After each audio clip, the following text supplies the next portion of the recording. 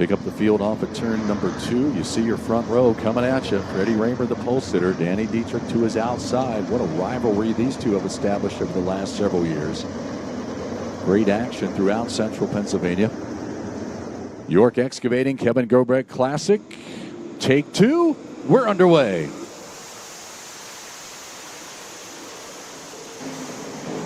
Dietrich with the advantage into 1 off of 2. Hello, Brock Zerfos. 8-car topside to the outside of Billy Dietrich. Zerfos moving forward early. Dietrich, your leader. Zerfos to 3rd, +2 on the opening circuit. Danny Dietrich, your leader. Freddie Raymer runs 2nd. Brock Zerfos 3rd. Billy Dietrich 4th. Cameron Smith rounds out your top 5. 2 laps in. Dietrich continuing to show the way. Brock Zerfos flexing a little muscle early. As the Rich Eichelberger number 8 car closing on Freddie Raymer. Problems on the backstretch. We got one turned around. Field now in the hands of Danny Dietrich as he enters the Rabine Service Center start zone, and we go green.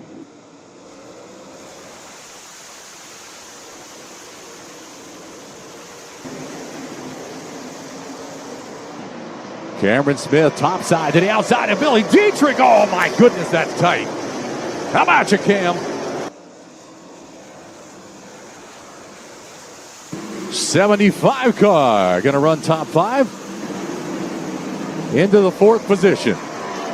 Out front, Danny Dietrich. Put a little distance between himself and Freddie Raymer, right rear on the cushion. Boy, that 48 car looking good on the top side. Raymer 2nd, Zerfos 3rd, Cameron Smith 4th. Dylan Norris now into the 5th position. 17 car, top 5. They may have hit on something here tonight.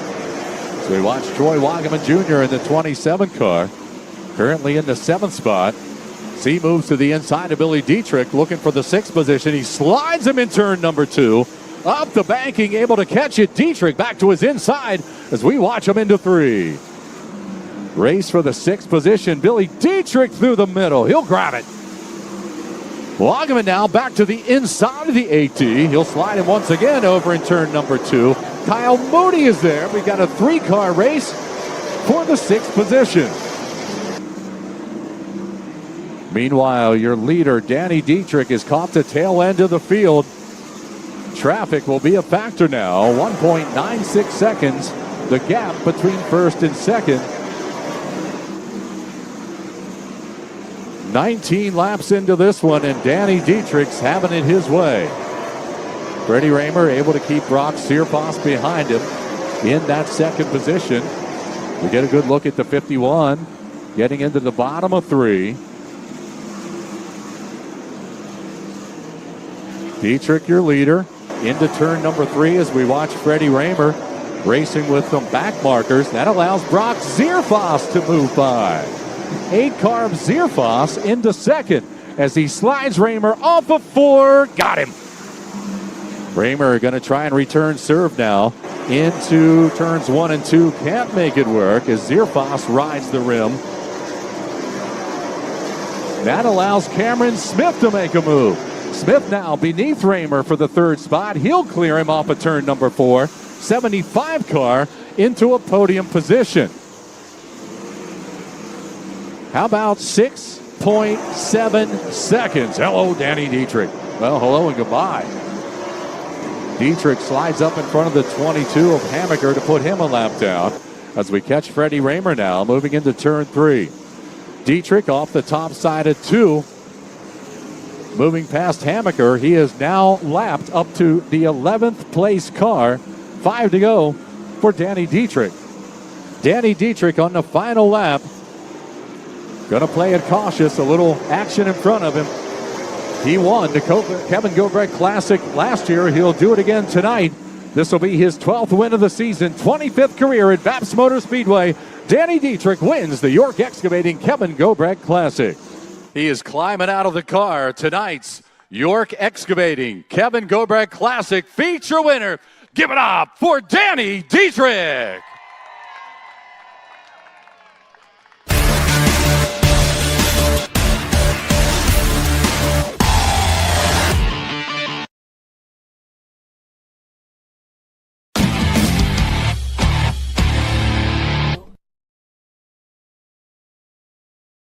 SprintCarUnlimited.com coming to you for Babs Motor Speedway. We're here with second place finisher in the Kevin Gobrecht Classic, Brock Zerfos.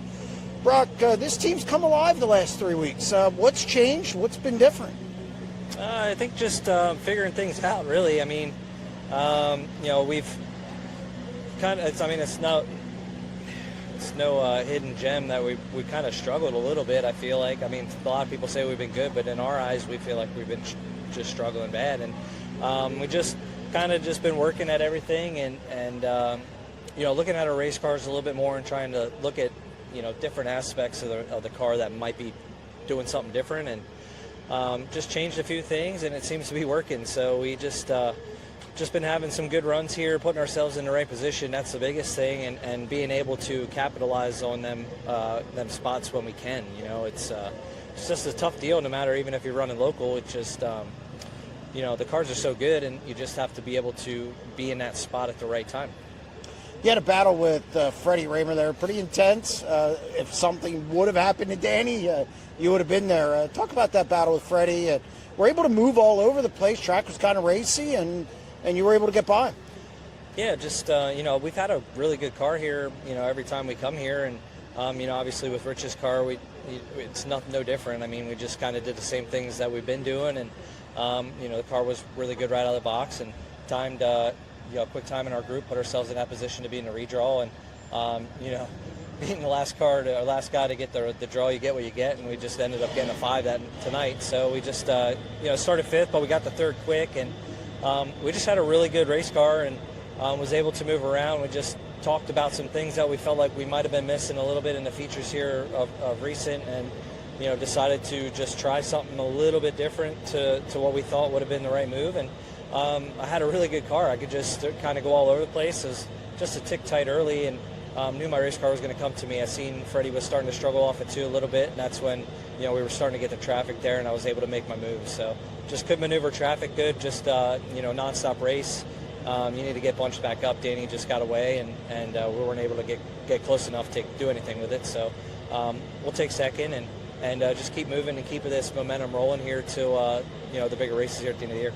What made you bring the 8 car instead of the 3Z? Normally bring the 3Z in here.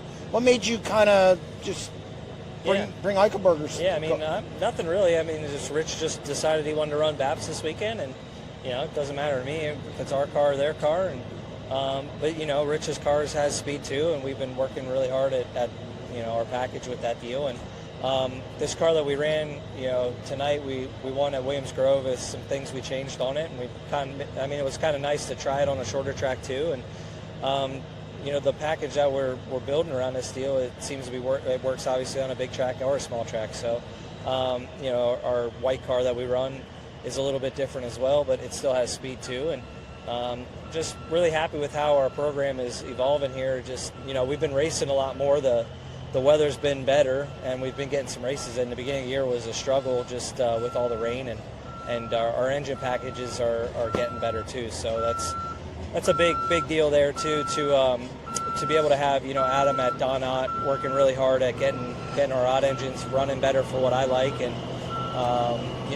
Ryder Racing engines too, and Troy Godfrey for all the help. So that's the biggest thing. They don't call it motorsports for nothing, and you got to have a good motor underneath your hood to put yourself in the right spot. So we're working hard at that, and Rich has been great. He's been giving us everything that we need to be successful, and it's starting to pay off. Last thing, how important is it to finish the year strong? And just, even though you were struggling all year, just that finishing the year strong, and you guys have been doing that. How important is that, going into an off season?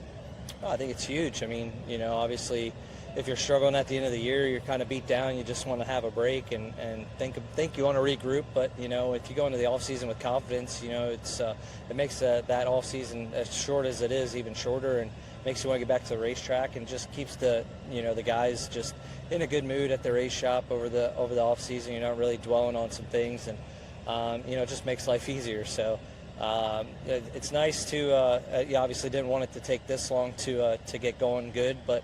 It's nice to be able to have some speed here and be consistent at it, and everywhere we go, and put some good finishes together here for Rich and our own car, and just kind of hopefully we keep this going here to the off season, and I can drag that over to Australia, which will keep me going to the beginning of the next year. So it's just kind of a snowball effect. You know, when you're running good, a lot of good things happen, and it seems like when you're running bad, everything happens, everything but good. But you just that's part of motorsports, and you just got to work through it and stay positive. Well, congratulations on a solid run. Yeah, appreciate it.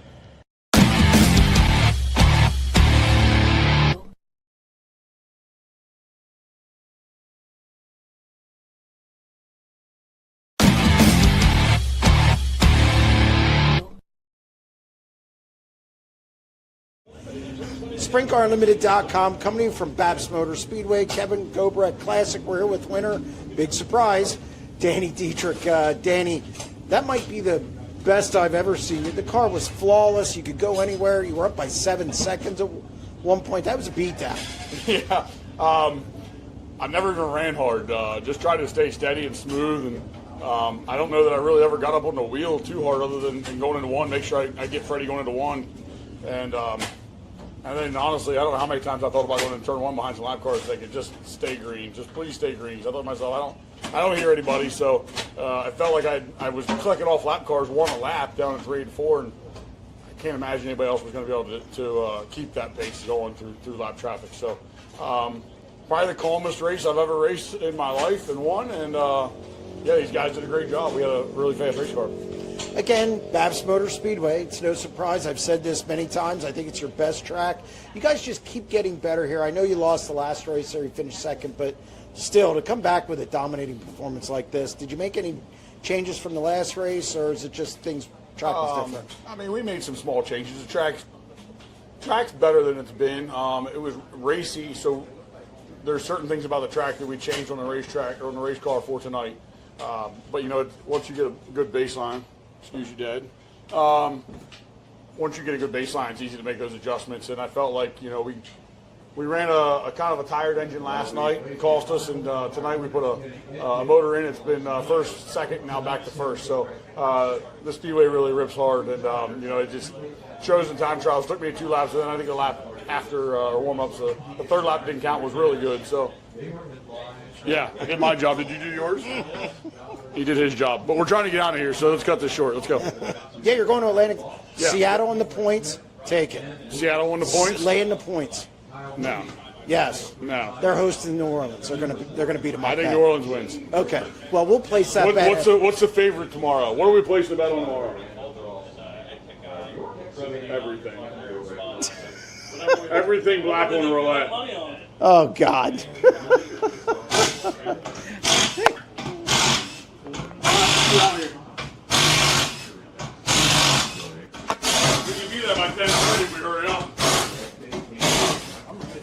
Oh, I'm back on here? You're back. I'm back. All right, yeah, okay, keep going.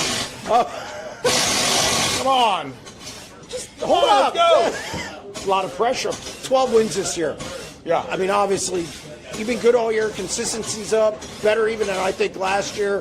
One of the biggest winning teams in the country. This team just keeps clipping along. Yeah, I mean, we're getting, with Gary's support here, we're building our race team here to get better and better. You know, we don't have 4, 5, 6 cars sitting in the shop. We got one. This one here, we ran the first 50 races of the year.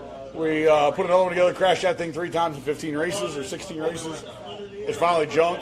We put Old Faithful back together. And every time we talk about getting a new car out, we win with this one. So we'll probably just keep running this one for a little while yet.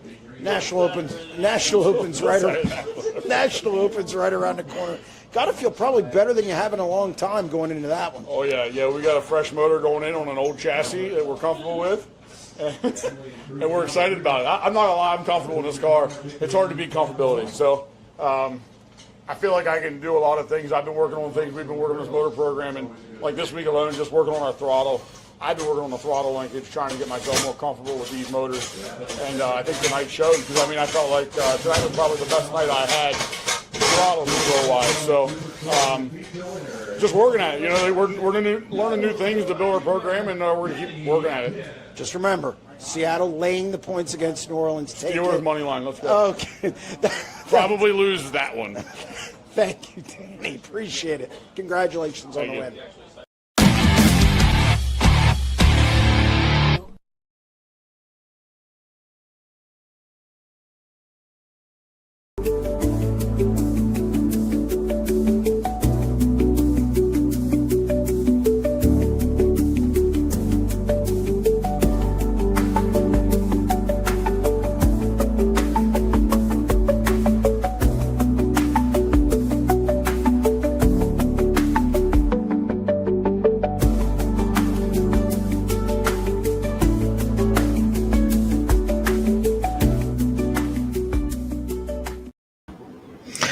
Welcome to another edition of the SprintCarUnlimited.com live show. I'm Jeremy Elliott, of course, and we're going to just jump in this week.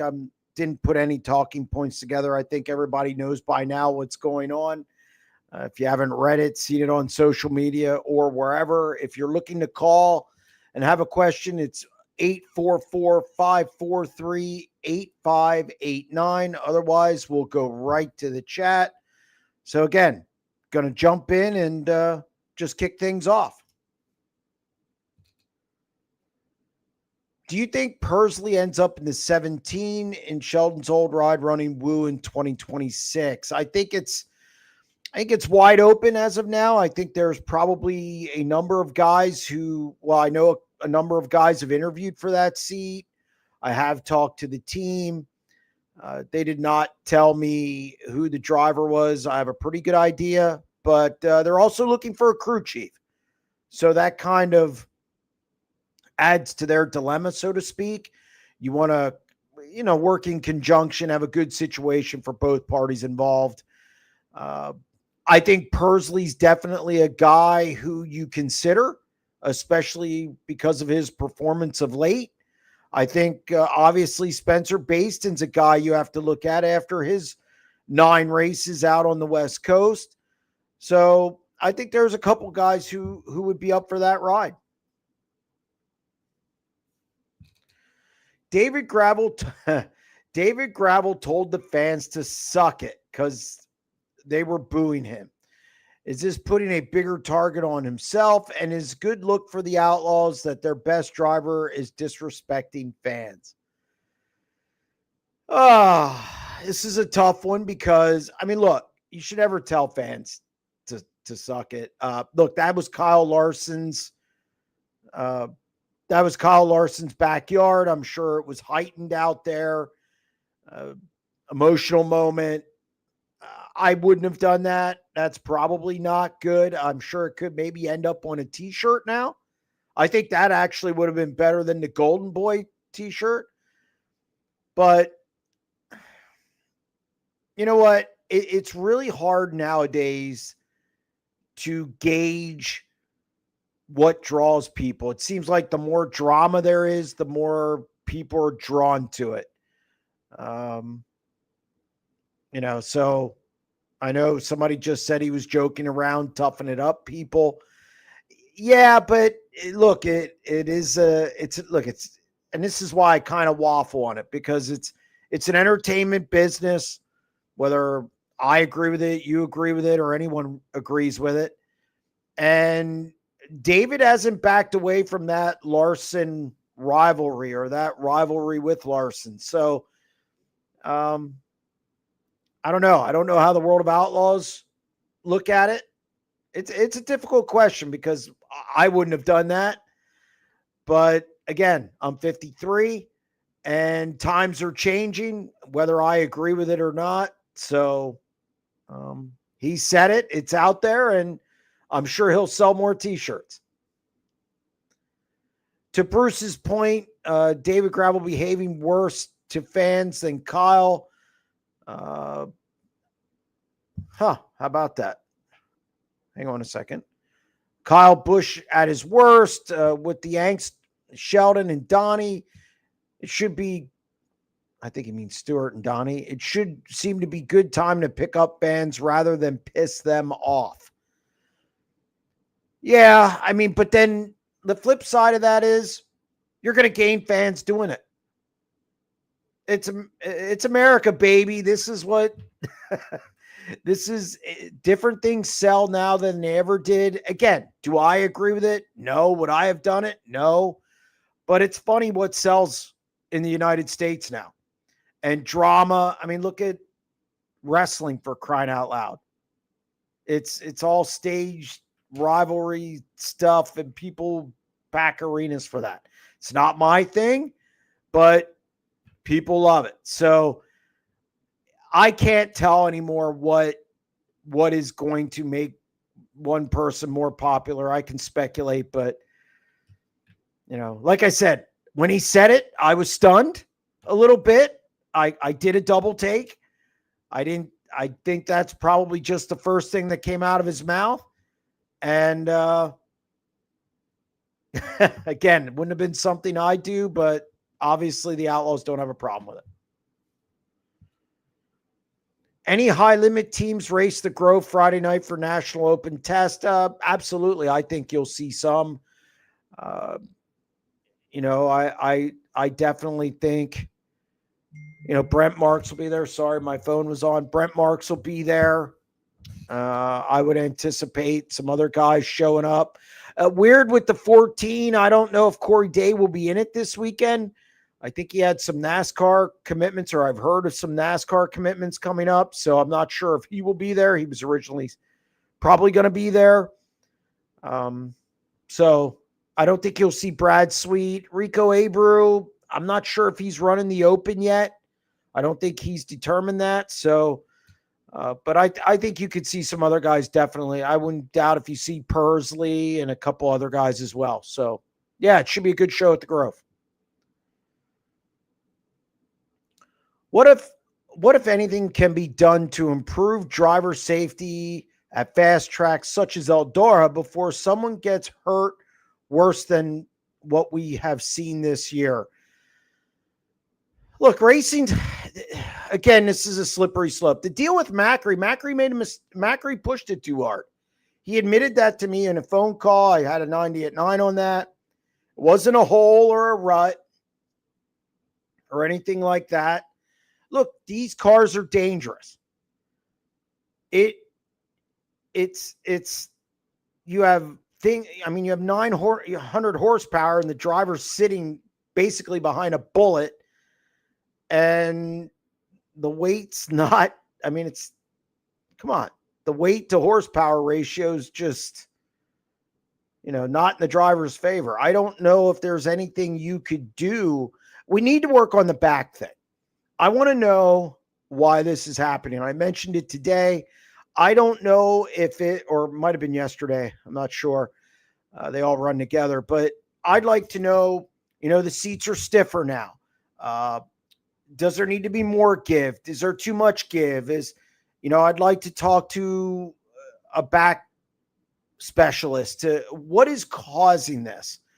We've seen it more and more lately. Somebody said to me today that it's more than before. And I don't know if that's true, because guys in the 80s and 90s, I think they just raced through stuff and they weren't going as fast. I think there's a lot of different circumstances. So I don't know. I don't know what the answer is to that. I do think we need to take a look at the back stuff and why guys are fracturing vertebrae. I do think that is something that needs to be looked at. I think the impact coming down on all fours is something that needs to be looked at. But as far as other stuff, I don't know what you could do to make these cars. You can't put them in a bubble. They're not going to be entirely safe. And some of it's luck. Some of it's just bad luck. So I don't have a really, really good answer of what we need to do. I do know in the off season, I'm going to dig into the back stuff. And I want to do an investigative piece on why this is happening. And that's going to require a lot of time and talking to a lot of people. So it's something I hope to do. I know Macri was using the Chasm system, which is, and maybe it would have been worse if he wouldn't have had it. I don't think, I don't know. We'll see. We'll see. I'm not a doctor, but I hope to talk to a doctor about it. What is the sprint car racing equivalent of Dale Earnhardt winning Daytona 500? It's Fred Raymer winning the 2013 National Open in my mind. He went his whole career and didn't win that race.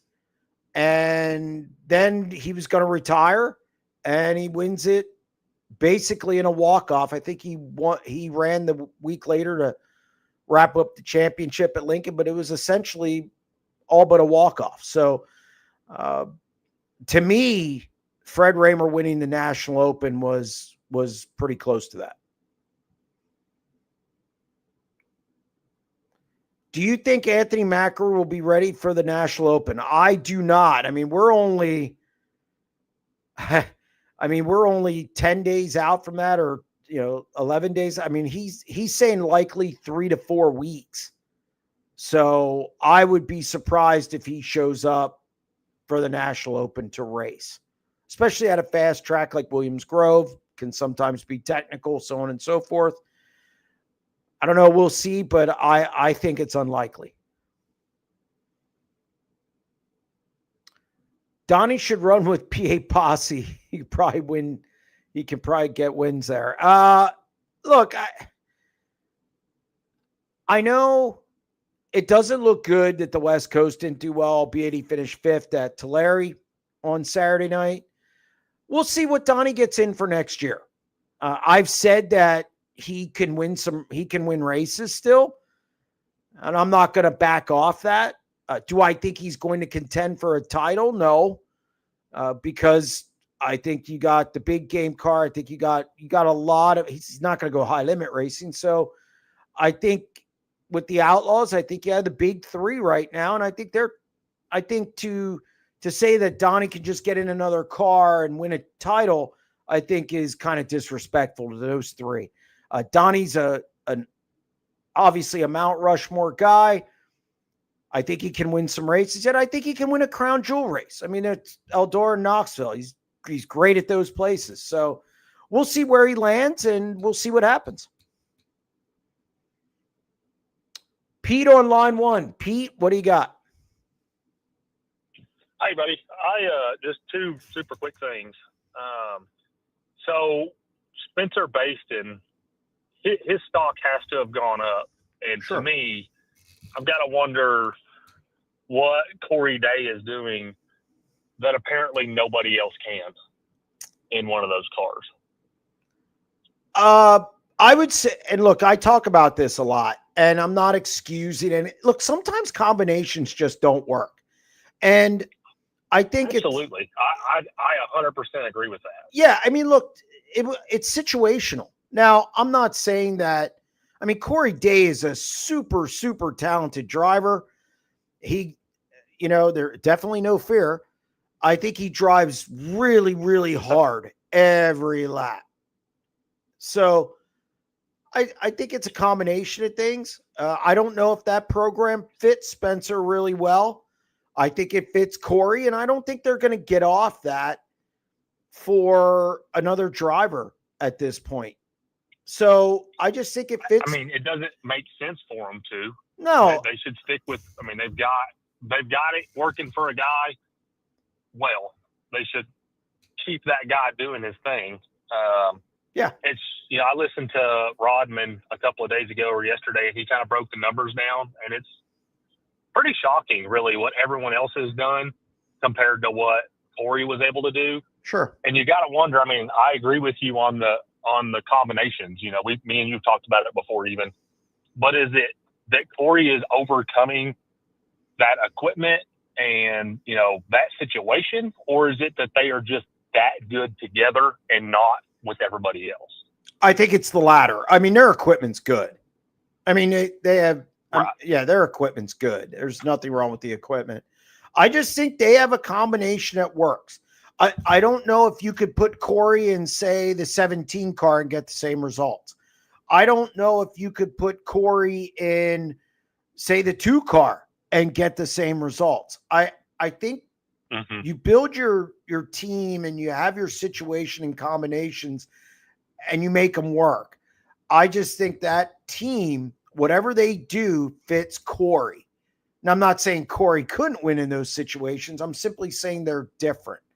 So, of course, I just think that, and I've seen this before. Greg Hodnett is one of the best drivers to ever race in Central Pennsylvania. He was with Al Hamilton, and they couldn't win.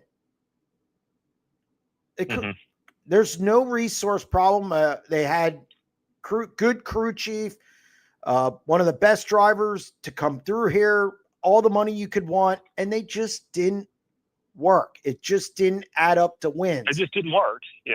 So I think that's what the 14 is. Yeah, and I'm not, diehard Spencer based or any of that, but I guess it sounds bad, but I was almost pleased to see that it wasn't him in that car that just fell apart, Right. Because at one point in time, I think everyone was kind of asking themselves, like, man, is he, what's going on here?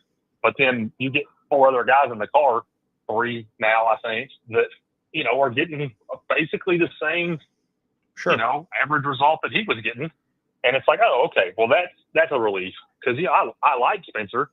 I'm not, his biggest fan, but man, I'm glad to see it wasn't him that, just stepped on it for a whole season or a half season, I guess.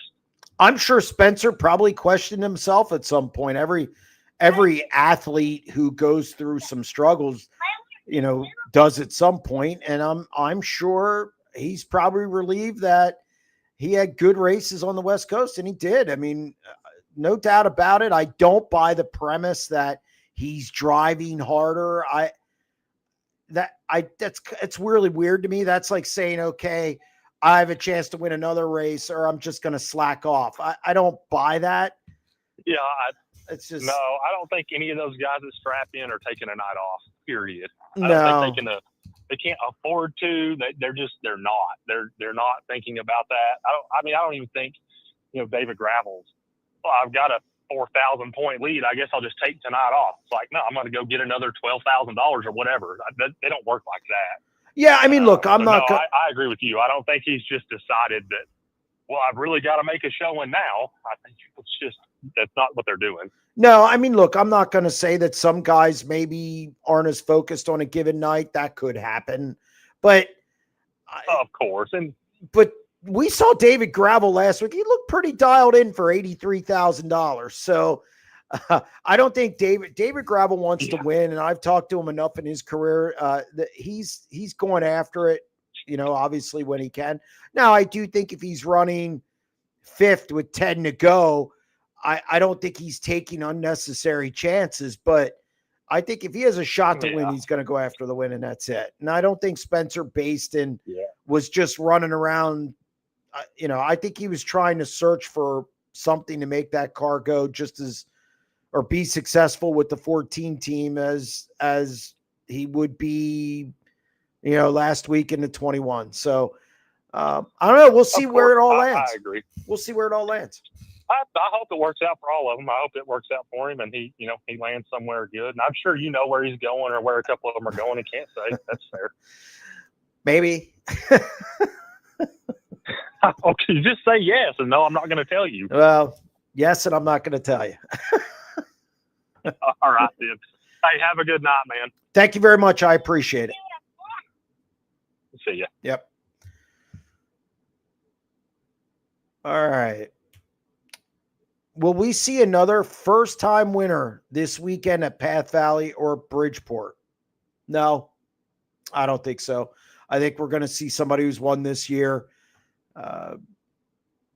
It's going to be interesting. I mean, Path Valley, it's like putting a bunch of bees in a thimble or in a cup and shaking it up. So that should be interesting. Bridgeport, I think that'll be a good race as well. But no, I don't think we see first-time winner at all. I think Rico wins one of those. I think, Aaron Reitzel's a guy, which, by the way, is going to be my 90 at 9 tomorrow. And I know we talk about Aaron Reitzel a lot, but what he's doing with that foot issue, it's not healing properly. And yet he's still running up front. I've said this many times. I think he's a top 10 guy in the sport, if not higher, regardless of, I'm not talking about performance this year, just a top 10 guy in this sport. And I think he's showing that now because he's definitely not 100%. So I would not, Aaron Reitzel won Bridgeport. Wouldn't surprise me. Path Valley probably could be a little more difficult for his foot. I think you could see Brent Marks win one of those. Brent Marks is really good at Bridgeport. So it could be an interesting weekend.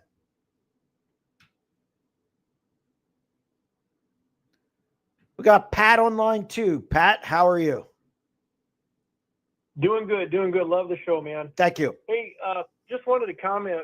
We saw a banger at Jackson Speedway on Saturday night. That was an incredible race. So from start to finish, The heat races were awesome. The feature was great.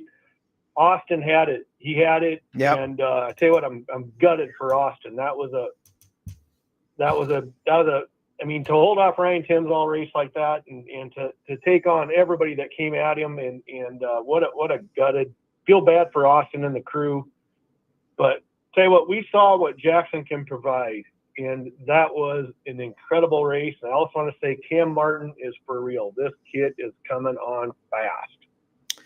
Yeah, I saw he was right in the thick of things. Him and Dover, and yes. Go ahead. No, I saw Cam at Knoxville. Obviously, I wrote about him. I was really impressed.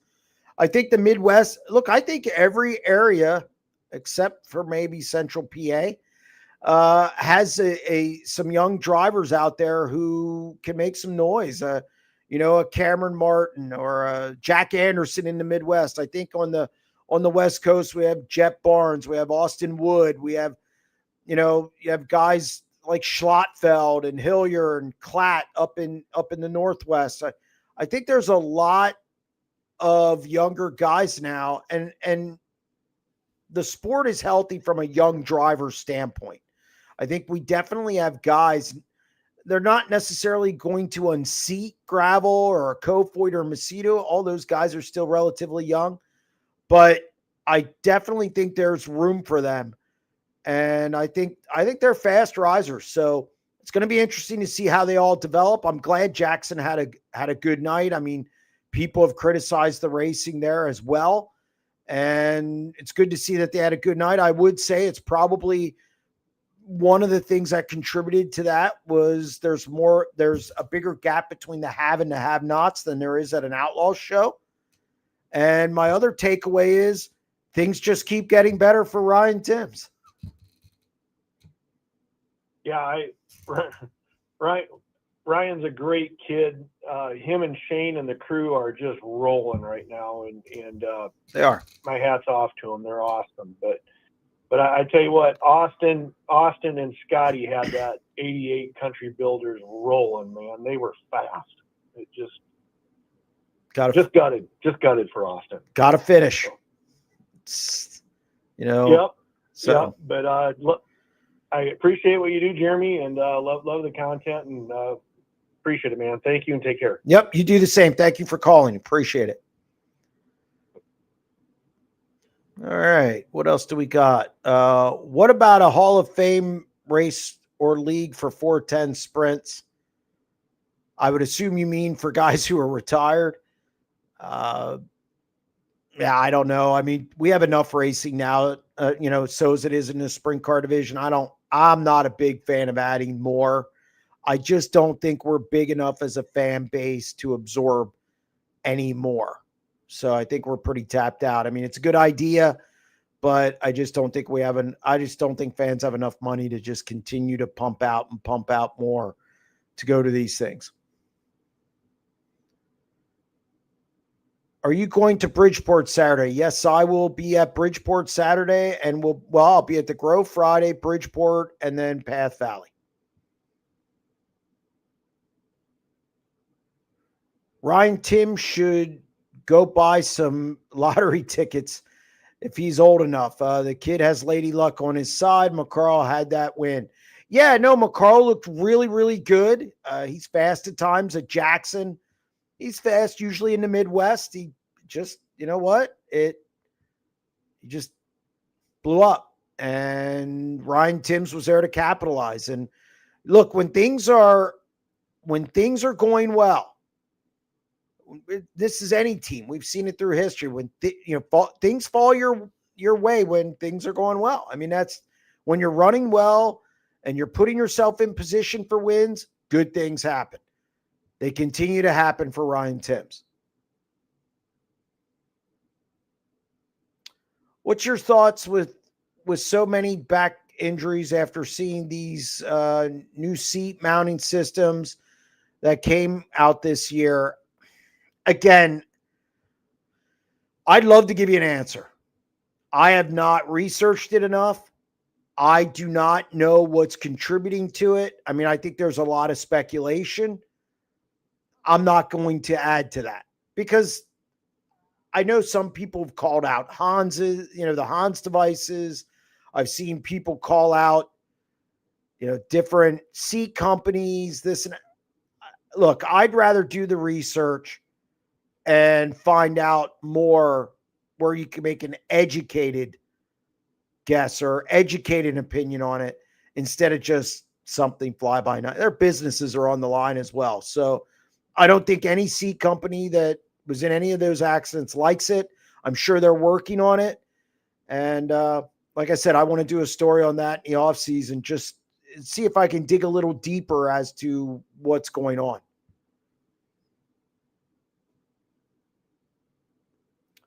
Jeremy on line 3. Oh, that's interesting. Jeremy, how are you? Hey, Jeremy. I'm doing good. How about yourself? I'm doing okay. Good. This is Jeremy from Jersey. I called in once before. Oh, okay. What's up? Well, first off, I wanted to say a comment on the Bridgeport race coming up this weekend. I do think there could be a potential sleeper, and would also be a first-time winner, Justin Whittle. Yeah, Justin's really good down there. That's a good point. I forgot about him. He has looked quick, and he seems to save the bulk of his speed for these national touring events. Every time they roll into Port Royal, he seems to be quick. So yeah, that's true. I think a guy like Whittle would definitely be a sleeper. He wouldn't be my first pick, but he is fast at Bridgeport. So that's actually a good call. Yep. Yeah, he got a win last October there. Yep. Moving on, I was back home this week, and I was at Clinton County Saturday night. Yes. I don't know. Did you hear about the incident in the 305 race there? I heard about they had problems up there with real nasty fire. A nasty fire, and I know it's been talked about, I think, from safety standpoint. I don't know a lot about it. I just know that there was a fire. It was a pretty bad fire. That's what I know. It was pretty bad. It happened down in turn 4. I was down there in turn 4. It was right in front of me. It was pretty nasty. And I guess the guy, Steve Kinnewell, is in Lehigh Valley, the burn unit. Yeah. I guess his latest update, although I think he's doing all right, but still nasty. Yeah. Fire's a scary thing. Just a failure. And you just really hate to see it. And that's Clinton County's a nice little track, that's trying to be on the come up, but you got something like that. I don't know. That's a black guy for sure. Yeah. Look, I mean, when you're trying to make inroads in central Pennsylvania, which is hard enough because you have Port Royal, Williams Grove, Baps, Lincoln, and Sealands Grove, and you have so many tracks, and you're trying to get a piece of that pie. And to have something happen, yes, that's a tough break. But you gotta have things in place, and hopefully everybody's better for it down the road. It sucks that it happened. Yeah. It's good that the guy is, that he's okay. I mean, it's never good when he's still in the burn unit, but could have been worse. Yeah, agreed. And lastly, before I go, I know it's a couple weeks away, but are you going to be coming out to New Egypt for the Outlaw race? I have to take a look. It's a good chance I will be, because obviously I will be around that weekend. So, I mean, there's a good chance I will be at New Egypt. Awesome. Maybe I'll see you there. All right. Thank you. Thank you very much. All right. Take care, Jeremy. You too. Taking my call. Bye-bye.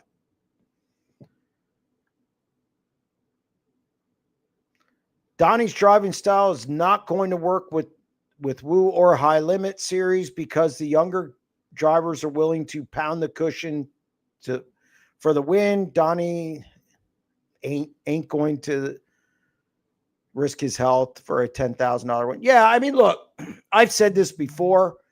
Donnie can do. I mean, look, Donnie is one of the best drivers of all time. Nothing could take that away. I don't care what happens from here on out. Been watching him since 97. What hasn't he accomplished in this sport? So, but yeah, I mean, like anything, times change. I do think the younger guys are on the wheel every lap. I think they take risks that maybe some of the older guys will not take. I'm not saying it's good. I'm not saying it's bad. I'm just saying it's different. So, yeah, I don't disagree with what you're saying. And it's 12,000 now. So, or the first night could be 10,000 of a 2-day show, but I don't think it's that he won't risk. I just don't think it's him. I don't think that's what he does. I think he's built a career out of thinking his way through a racecraft, his car getting better as the night progresses or as the race progresses, and he certainly knows what to do with it. I think he's really feathering the throttle. There probably isn't anybody better in this sport at feathering the throttle. But I think it's kind of a mash the throttle game now, and I don't know. We'll see how it all pans out. We'll see where he ends up next year. We got Al on line 4. Al, how are you? I'm well. How are you? Question. What's up? Go ahead. No, go ahead. What's up? Rules. What are we? Have you heard anything about any rule changes in the coming down the pike? I know there was a few minor things between the big two. Are they going to try to stay consistent where people can jump back and forth, or are they going to do what so many tracks do in series and make it where it'd be hard for a person to run both series? You know, look, I know there have been some rules discussed. I don't know what the outcome's going to be. I think right now both series are looking at their schedules. And right now, I think we're in that scheduling phase for next year. I mean, I've talked to both series, and that's kind of been the focal point at this point in the season. So I think rules have been discussed. I don't think anything's been put in place yet. That usually happens after World Finals. So you have a bunch of discussion up until that point, and then any rules could be released after that. I do know High Limit's they're more aggressive looking at different possibilities than, say, the World of Outlaws are, but that doesn't mean they're going to change anything.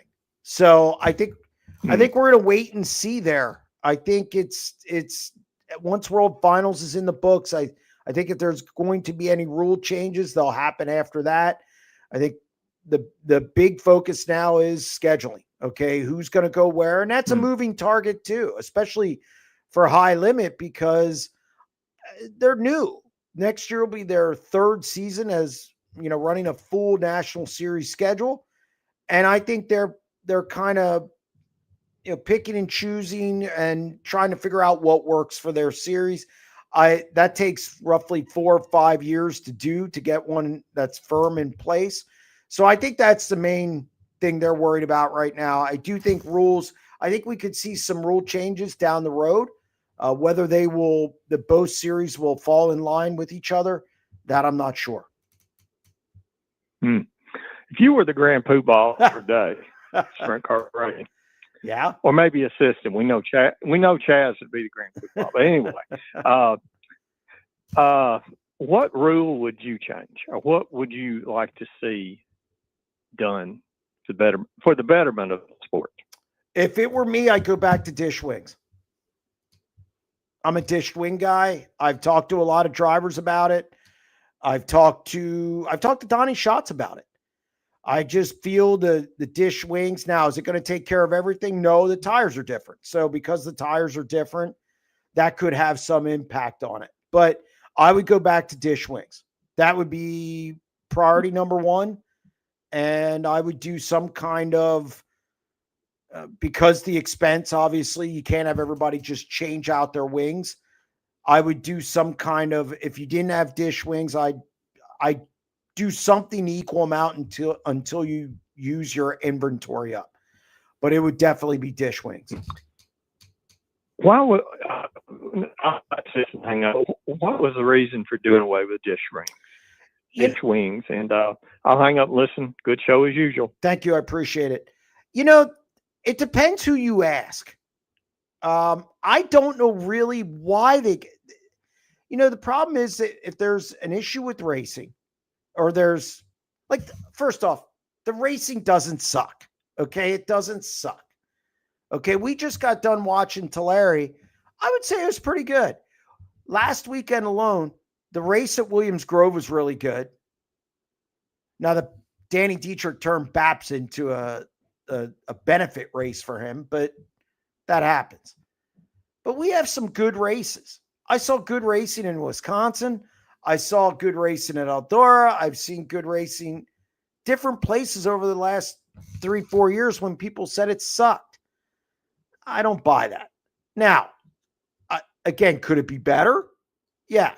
But I guess back when that happened, they thought something needed to be changed, and that's what they changed. I'm not 100% sure, and part of it is it was 15 years ago or so, so I'm drawing a little bit of a blank on it. I might need a refresher if somebody wants to get in the chat. But I think it was just one of those things where they went to the 5x5 flat, and it, just, I don't know if they wanted to slow them down. I don't know exactly what it was, but I've been told that the dish wing is better that'll decrease the dirty air and you'll be able to run. You won't be sucked in behind somebody and just stuck there. So it'll decrease the dirty air. So I mean, I don't know. It's just something that I wouldn't have changed, and it's something I would go back to. It's not like the wings are going to rise in price. Will Macri Motorsports put a replacement driver in for the National Open or other events Anthony will miss? No. From my understanding, they will not. They don't run for points anywhere, so it really makes no sense to do so. Any updates on Parker Price Miller? I talked to Parker the other night. He was going to a specialist to get his elbow checked out. It was his elbow, upper arm, and that's all I know as of now. I have a 90 at 9 for tomorrow, and I will probably reach out to him after the show.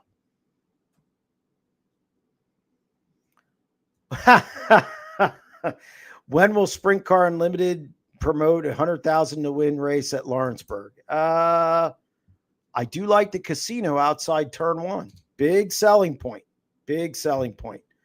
If I was going to have a $100,000 to win race, it would probably be at Baps or it would be at Eldora. Those are my two favorite tracks. I like the racing at Baps, and Eldora is just my favorite track. It's just, it's like the Coliseum. It just has that Roman Coliseum feel. But I'll tell you what, Chase, when you and Tony Laporta sponsor my website for $75,000, I will put on a $100,000 to win race.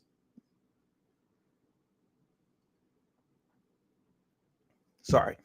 I have a cold, so I'm a little under the weather. Bear with me. It is really the speed causing these injuries or the banking causing cars to roll to the inside. Again, I don't know. Because John Westbrook got paralyzed at Williams Grove and he went out over. It's that impact of coming down flat. I don't know. It seems like that's when it happens the most.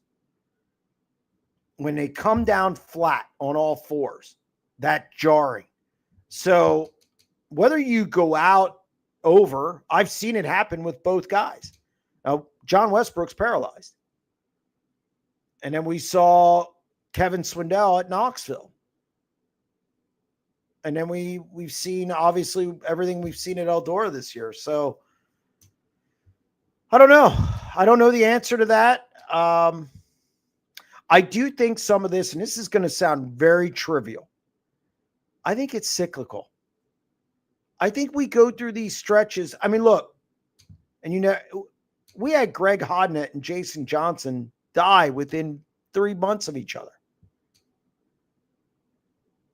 And then we haven't had that sense. So I'm not trivializing it. It's just, it seems like things go in bunches and then we don't see it.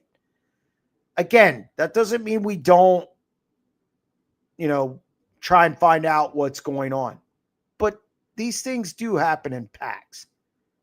It's just something to think about.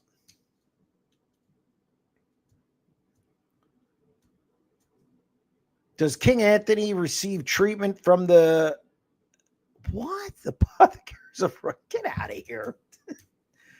You're supposed to do that stuff at the end of the show. JP on line 5. JP, what do you got?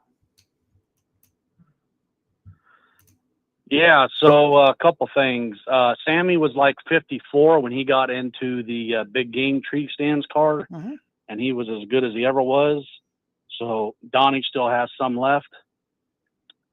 And number 2, when Kevin Swindell got hurt, the drive line came up and hit the bottom of the seat. Right. So a couple of things. They need to increase the distance between the drive line travel to the bottom of the seat, and then increase the height of the cage so nobody's head sticking out of the top, obviously. That's it, and I'll hear what you have to say. Thanks. All right, thank you. I'm not going to disagree on the back stuff. Yes, Kevin Swindell, I've heard the driveline stuff, and obviously, I think anybody who has their head sticking out of the top of the cage, it's just stupid and ridiculous. Sammy Swindell at 54 was not as good as Sammy Swindell in the early 2000s. And back even further than that. Channel lock car. Now, he was still good. Still could win races.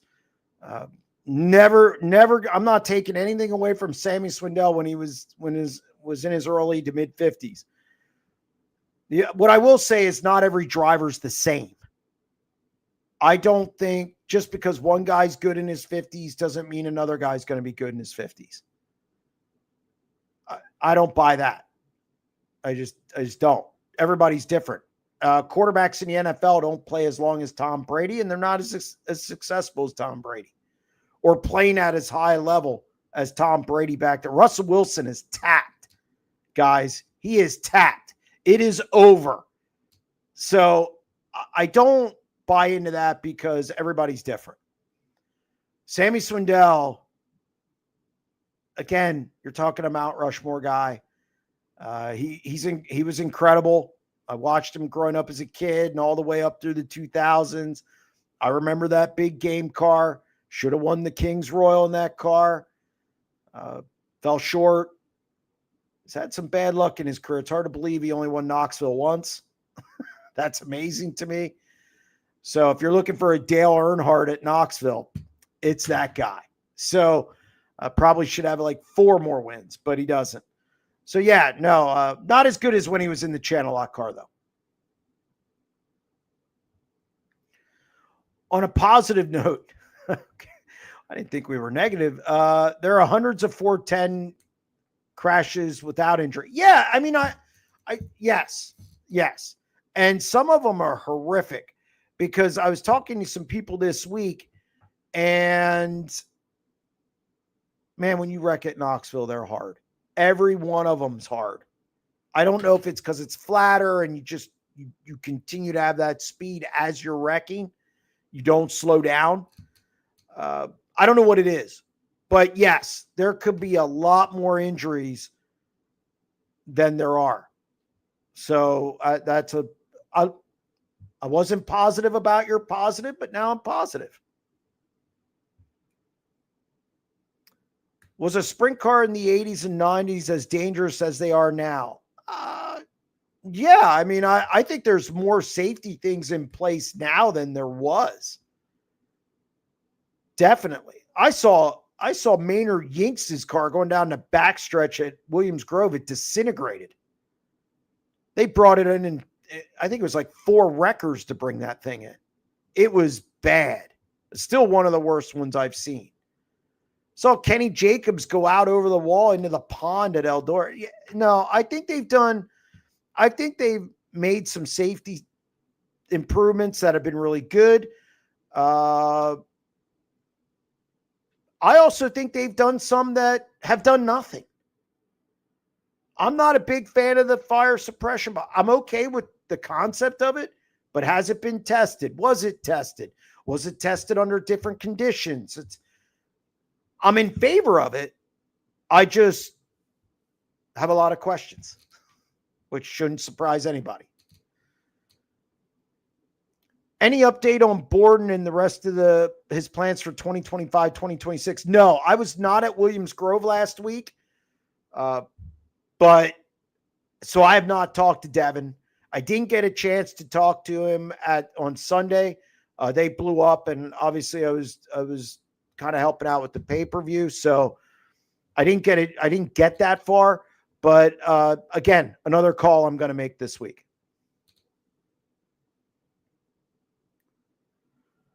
Should there be a concession protocol in sprint car? A concession protocol? Should there be? I don't even know what that means. A concession protocol. We'll skip that one. Maybe they can elaborate. Oh, concussion. If you mean concussion, there we go. Concussion protocol. Yeah, there should be. I've said that for years. I mean, we as a sport definitely don't have checks and balances. And I know people say, well, it's grassroots. You know what? You got to treat it like a sport. And if you're going to treat it like a sport, then you got to follow through with checks and safety and all the things that make it a real sport. So yes, there should be a concussion protocol. Absolutely. Shout out to Tyler Courtney. He has been doing a good job in the booth. I listened to him. I saw him out at Lernerville. I thought he did a good job. I think sometimes people think it's easy. It is not. I can tell you from experience, whether it be doing my podcast with Ryan Hand, which, full disclosure, I'm way more comfortable when I have somebody with me. I can riff off them all day. Doing this, I feel like you guys are all in front of me asking questions. It's easy for me to do. When you're by yourself doing a 90 at 9, Fiedler does a good job with his daily. I don't know how Chaz talks for 4 hours. I'd hang myself. I just couldn't. My throat wouldn't last that long. Now he has somebody with him. He has Sean with him when he does it, but it is not easy to react to something and do it on cue when you've never done it before. You're sitting next to somebody. You're in a booth. It's in your mind that you're doing it, to the masses. And I think it's even harder. It's even harder to be a pit reporter. You have no script. You don't know when they're going to go to you all the time. You don't know what's going to happen. Like if you have to go to the work area and report on something, you don't know that's coming. I think Chase Rodman, when he was doing it, and Connor Wade and Laporta doing that infield deal, that's the hardest thing in my mind, or in my opinion, to do. Because there's no script. And you don't know when they're coming to you. Yeah, you have, right before, opening ceremonies. Okay, yeah. But during the event, you have no idea. It's hard. So I hope people cut Tyler Courtney some slack. It's not easy to do. I've been in the media arena since 1998, 1999. It is not easy. It's just not. It's a discipline.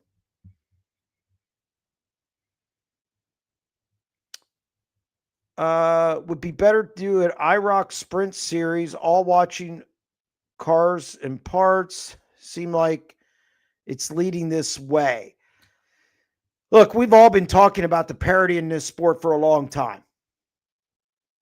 And I think it's funny when people want handicapping, they say, well, they do the old Groucho Marx, back in my day. Look, there were the gaps between the have and have nots that allowed that to happen. The Hamilton car, the 29 car, they weren't the same as the guy starting on the pole. And when somebody did beat those guys, it was a major story for 2 weeks. Now we don't have that. And I think that's hurt the sport a little bit. I would like to see things opened up a little bit so we could bring the mechanics back in, so we could, that we could just not have so much parity, because it hurts the racing. If you have 2 cars going the same speed, now Steve Kinzer once said if he could pass you anyway, and I'm not doubting Steve Kinzer, but okay, Steve Kinzer is the greatest of all time. So, but your guys, I mean, it's just hard to pass. It's just hard to pass. And it's parity. There's not enough of a gap between cars. Everybody can buy speed.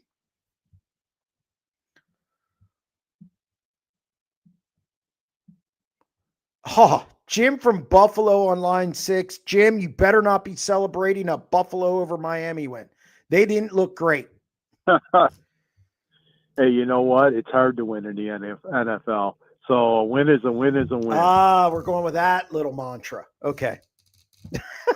Hey, you know what? You just want Groucho Marx, okay? When's Curly, Larry, and Moe come up next, Give it time. Give it time.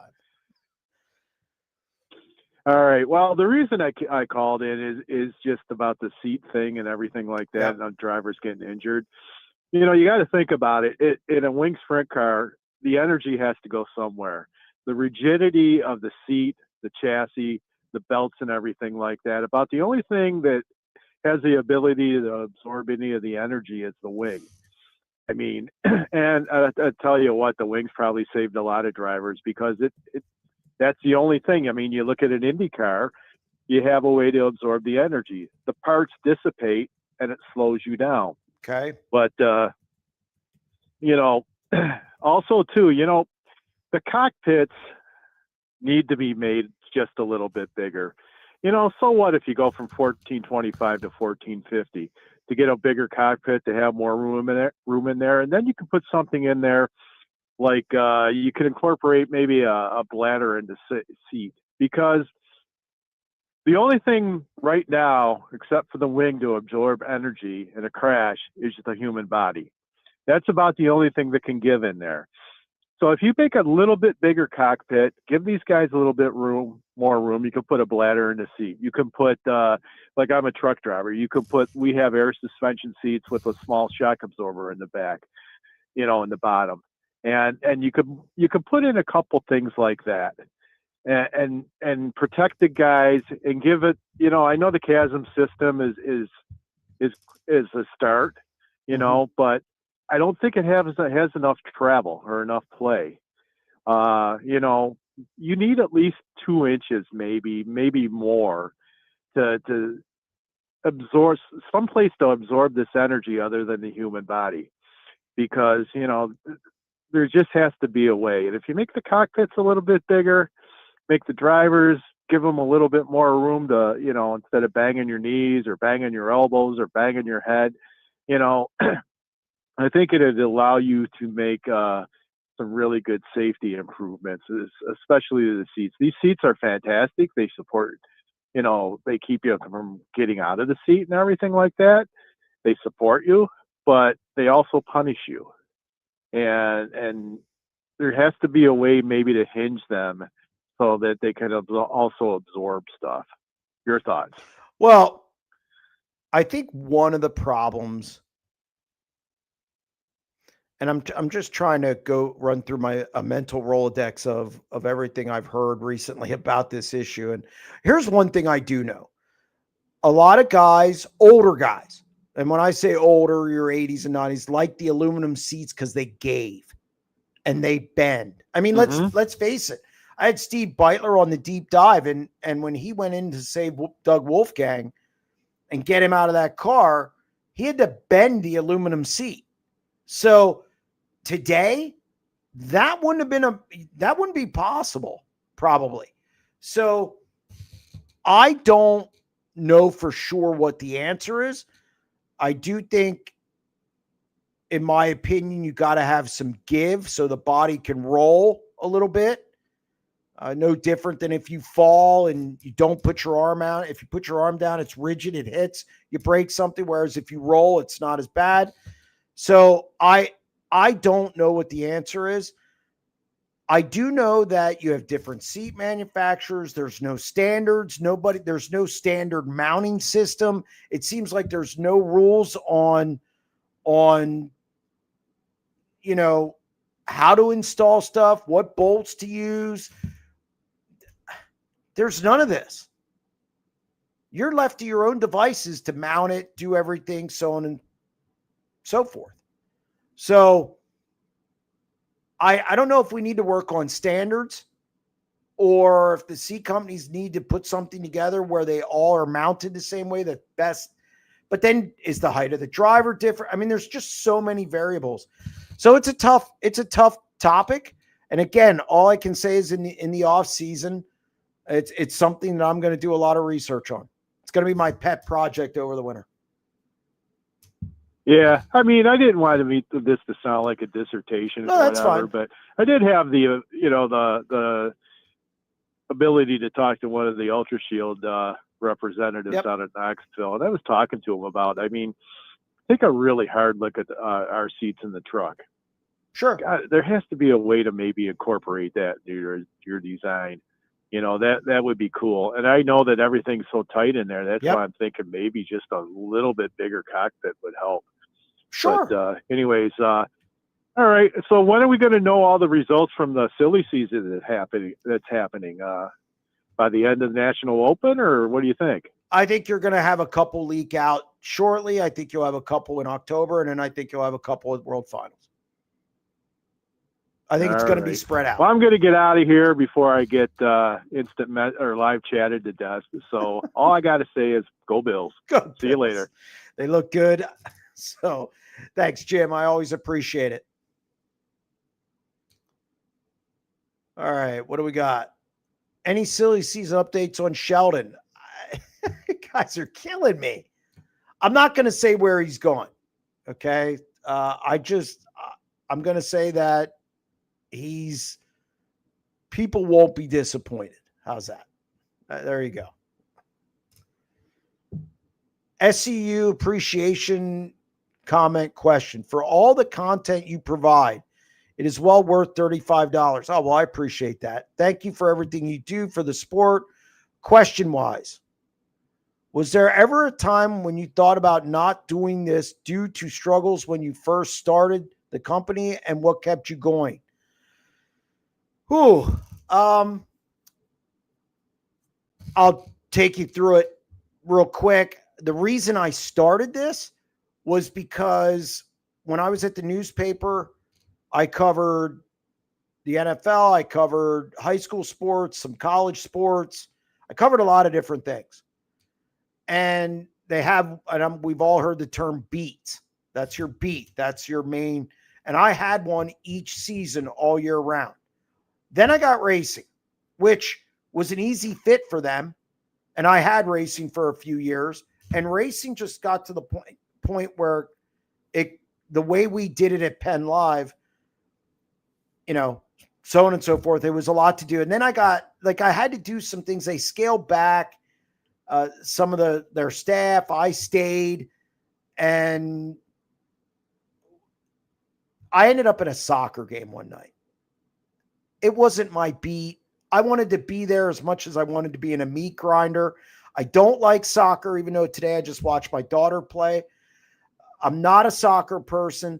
And it was the year Dale Blaney signed a deal with Zemco. And I was sitting in the parking lot writing that, trying to cover this game. So that's why I started it. Was there a time where I ever thought I underestimated, and I'll be totally honest about this. I was disappointed. I thought more people would come over from Penn Live to this platform. So it's taken me longer to build it than I thought. Yes, there's been some anxious moments. Yes, there's been some doubt, self-doubt on whether it would work out.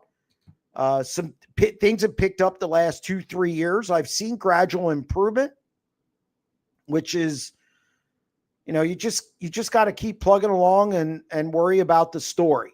The story is the most important thing. Your finances, and if you start focusing on that, you're taking away from what you're doing.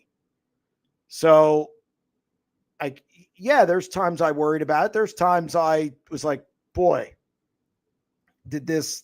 But then I added things, pay-per-view. I added the YouTube channel. I added different things for different revenue streams, and that's helped.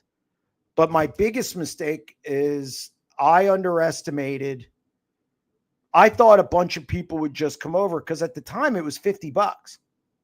When I first started, it was $50. And it was cheaper than Area Auto Racing News. So I thought, wow, 17,000 people at the time bought Area Auto Racing News. So I thought, I'm gold. Well, that's not how it turned out. It's $35 now. My price point was a little too high for the community. I think the internet's still something that maybe scares some race fans, or maybe, it's a moving target, and I just keep plugging along and hopefully it works out, and it's getting better. It's definitely getting better. I've seen an increase. The YouTube channels help tremendously. So you just got to keep adding different revenue streams. You just got to keep rolling with the times and just try and do a good job. So I appreciate everybody who is a member of SprintCarUnlimited.com. I appreciate everybody who watches the YouTube content and buys our broadcasts from BAPS and Speed Week. So, because I wouldn't be able to do it without them. So I'm just appreciative, and we're going to just keep trying to grow it. Donnie looked the best that he has been in a long time at Tulare, qualified good and had good speed in the heat race.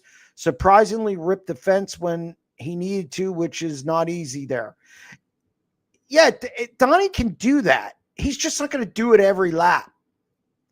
And it's just not who he is. He's never been that guy. Now, early in his career, he bent up a lot of stuff. I mean, he'll tell you that. Crashed a lot. But I think Donnie found his style. I think Donnie found what made him great, which is feathering the throttle. And I'm not saying he can't get up against the wall. I watched him the year Shane Stewart won the King's Royal from 12th or 14th. It rained, and it rained a ton. And when they finally got the track run in, Donnie's shots went 4 in the fluff in his heat race. It was an impressive. It wasn't too long ago. And so Donnie can do it, but I just don't think he's going to do it lap after lap after lap. And look, he's a great driver. I mean, we could analyze it all day long. I think he can win some races yet. So I'll leave it there. Donnie will be a field filler next year. Depends where he goes. I don't think I think he'll be better than a field filler. Do you cover pavement sprint cars? Did you catch any of last weekend's Pink Lady Classic? I did not. One of the things that, admittedly, I don't diversify a ton because I feel to do it right, I'm going to stick to dirt. I mean, if I could find somebody to cover pavement sprint cars and give me good content, I will put it on my platform. But I can't be everywhere. I get a lot of content out, but it takes a lot of time to do that. Would an enclosed drive? What? An enclosed driver's pod like Top Fuel or unlimited hydroplane be safe for sprint car driver. Got aerodynamics and you're starting to get it. That's an expense too, I think. I think you're adding more and more expense to it. And I think the teams have had enough of that. That's the one problem. I think you do something like that, you're adding the expense to it. And boy, teams are having a problem with that now. They go off the deep end if you see more and more money. They're mad at their tire bills for crying out loud. So I think that would be a problem. Who was the other racing reporter at the Patriot News? It was Jerry Regal. Well, it was Jerry Regal, who was my best friend. He's actually got me into the business. He worked at the Patriot News. He covered other sports as well. And then he left and went to Area Auto Racing News just because he wanted to get away from the day-to-day grind of getting basketball scores, he wanted to get away from that and focus on racing. And then Todd Heinzelman came in briefly, and then I took over. I hope the 15 car he's going to be in ain't the car that's been sitting in JVI's storage shed for the last 5 years. I would be surprised. I would be surprised if that's the case.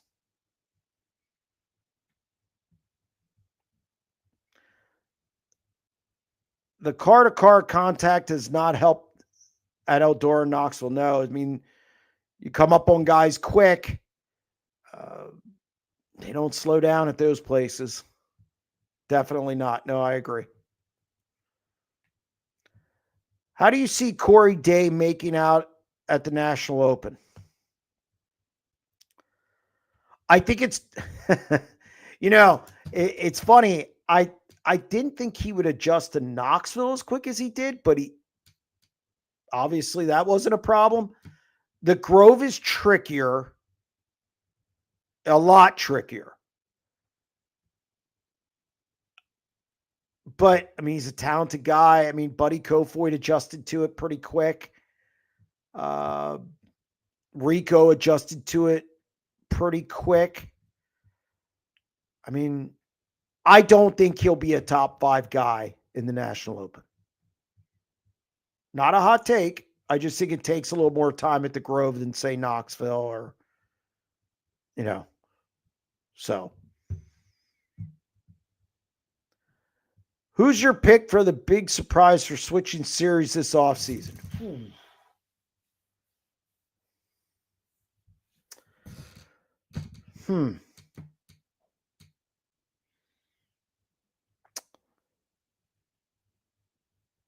I don't know who switches.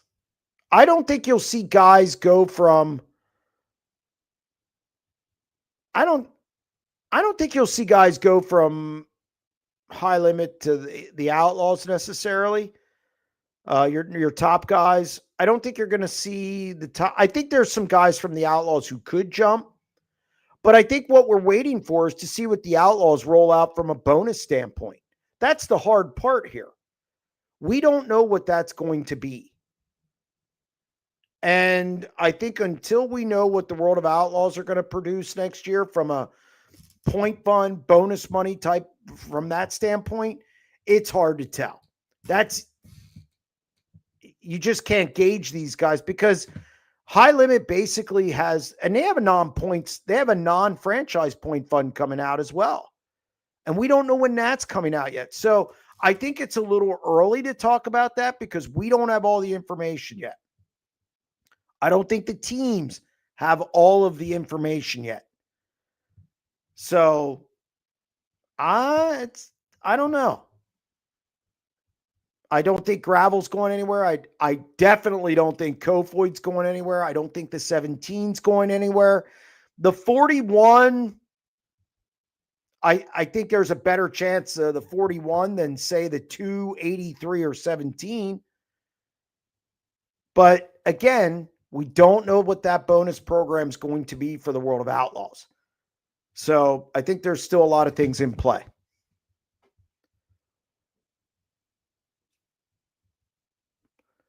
Who would you say is the posse favorite to win the National Open? He's going to be sitting on the sidelines. That was the guy I would have picked. I mean, if you're going to count car, Darren Pittman. He's not a posse driver, but the car is local. I would say if you're going to count car, I would say the 69K.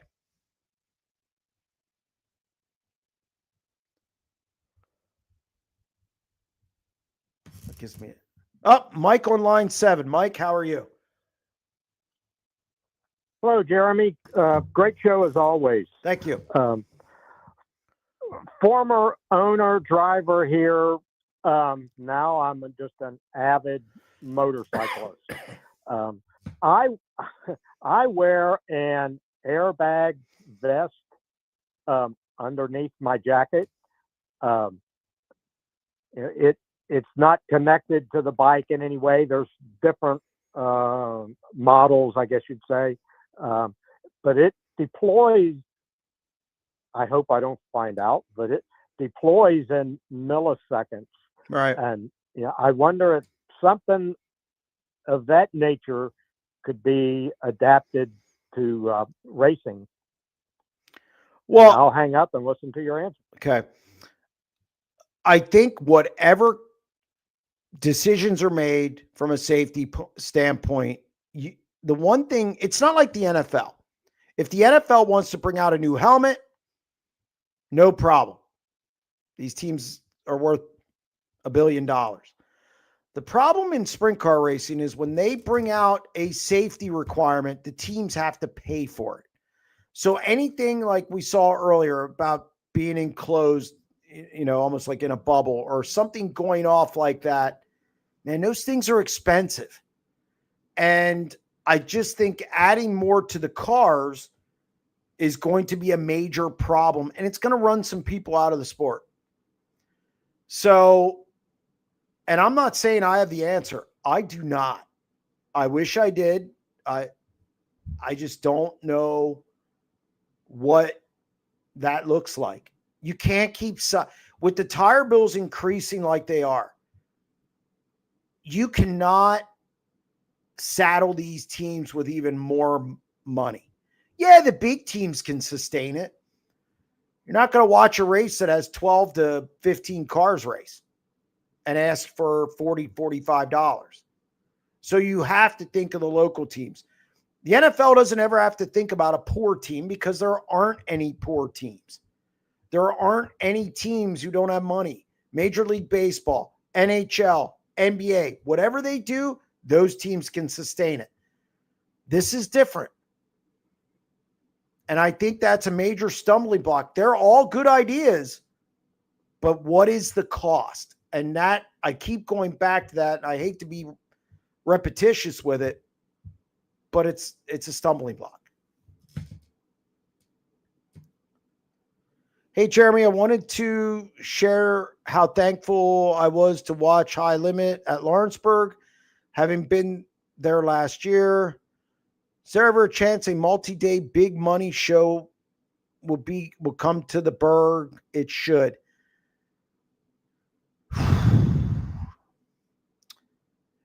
I mean, it raced well. It always does. Car count is a concern. And I mean, fan count, you got to get fans there. And with it being in Indiana, that's non-wing country. I'm not saying it couldn't work. I'm saying car count. When you have big events, you need car count. And I just don't know where that fits into the schedule there. So I'm not against it. I just don't know what that would look like. Ken on line 8. Ken, how are you? Pretty good this week, Jeremy. Good. I was just calling a couple things. I've been listening there, and a couple things on my mind. Seems like Jason Persley is taking over as the hot rumor for everybody to have getting a ride now. I think you replaced Brian Timms all of a sudden. It's funny how that works. All it takes is a week or two. Yeah, he certainly put on a good show there at Lernerville, at Eldora. But then again, he's always been good in midgets and used cars and everything. That's still not a sprint car. I look good at Lernerville. I think he's getting better in a sprint car, a 410 wing car, and I think he's on the rise. Yeah, I think he's definitely got some potential, but like with Baston, it's got to be the right spot. He can't just go anywhere and make it work. Yeah, no, I agree. So that's any the driver. other thing I was curious about, have you heard anything about the possibility of High Limit going to Hagerstown, or I don't know if they could be ready for it, or even Selinsgrove next year? I could see them maybe giving Hagerstown a look. Hagerstown's going to a condensed schedule, so meaning it's going to be a special events track. So I could see that happening.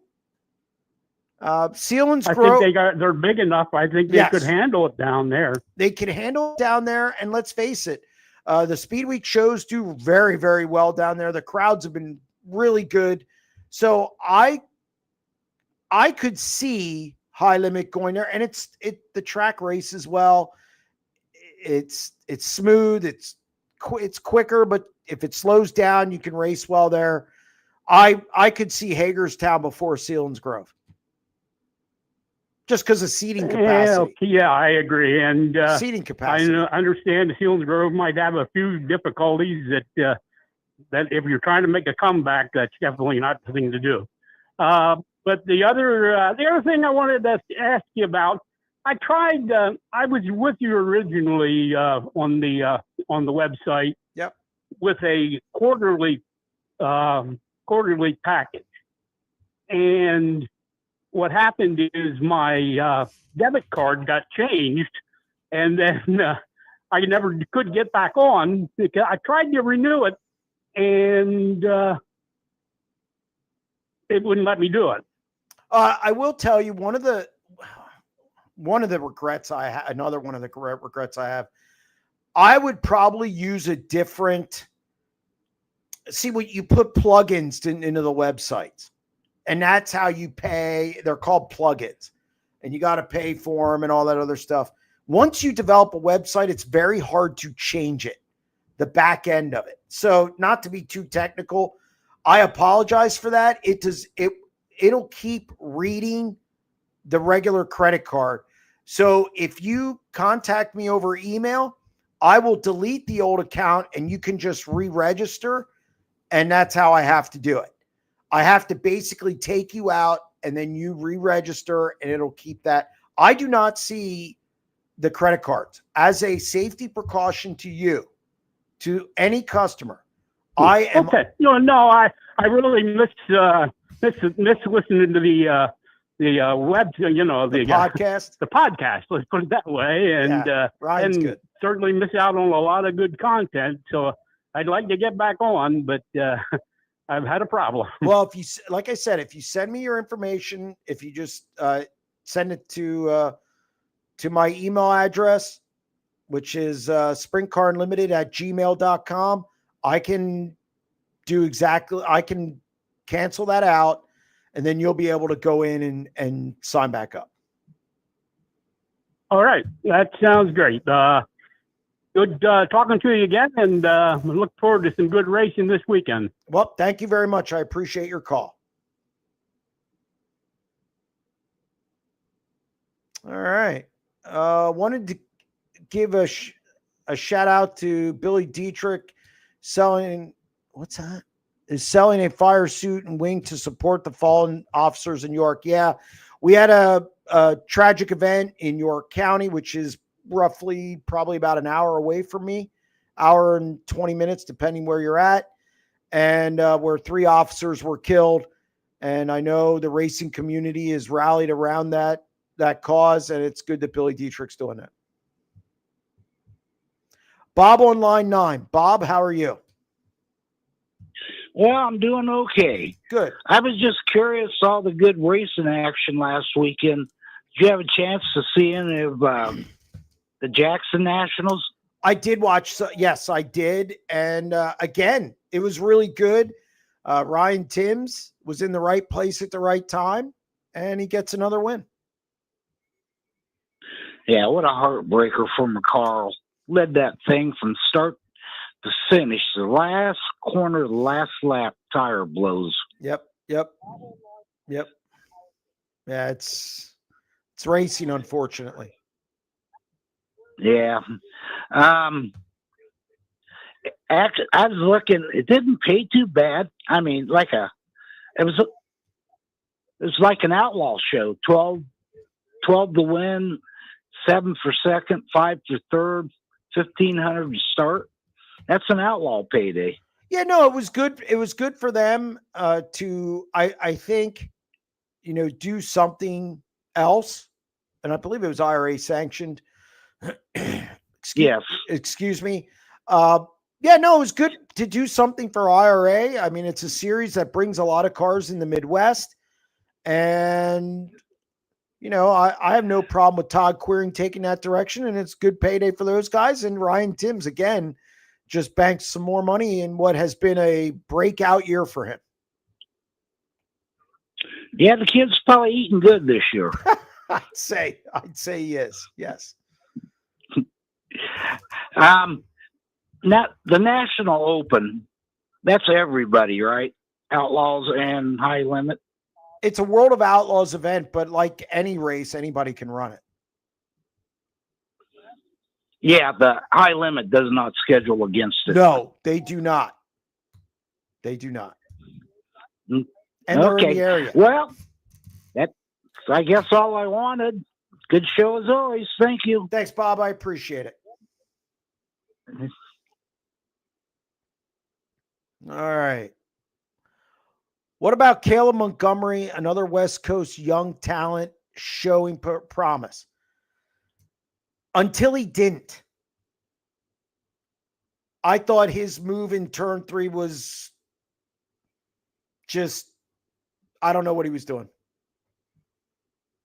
And, yeah, I liked the restart. Yeah, I liked everything up until he decided to blow it in there to try and get after Day. I don't know what he was doing. It was a dumb move. And by the way, sorry, second place pays $40,000. Third place, I think 15, somewhere in that neighborhood. Got to finish races. I don't know what he was doing. I just thought it was a bad decision. I mean, there's a reason he has one win. I'm sorry, but and I'm sure, and look, he's had some really good runs against national series, but you got to be smarter. Yeah, that was just, I just don't know I just don't get that. And it's because I've been around drivers like Greg Hodnett and other drivers who just, they're like human calculators. They don't do that. No matter what happens on the track, they don't take themselves out of races when they can get paid. This is a money game. I just didn't get the move at all. I just thought it was dumb. Tim's coming to National Open from what I gather. I think he's going to be in the area this week. So, I mean, the Williams Grove is going to have a good show on Friday night, I think. What else do we got? Are the 3 best drivers now Gravel, Buddy, and Rico?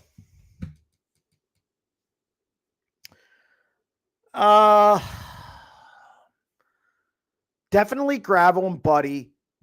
I'd say between Macedo and Rico. Macedo's consistency is a little better. But Rico goes on these spurts where he just wins a ton.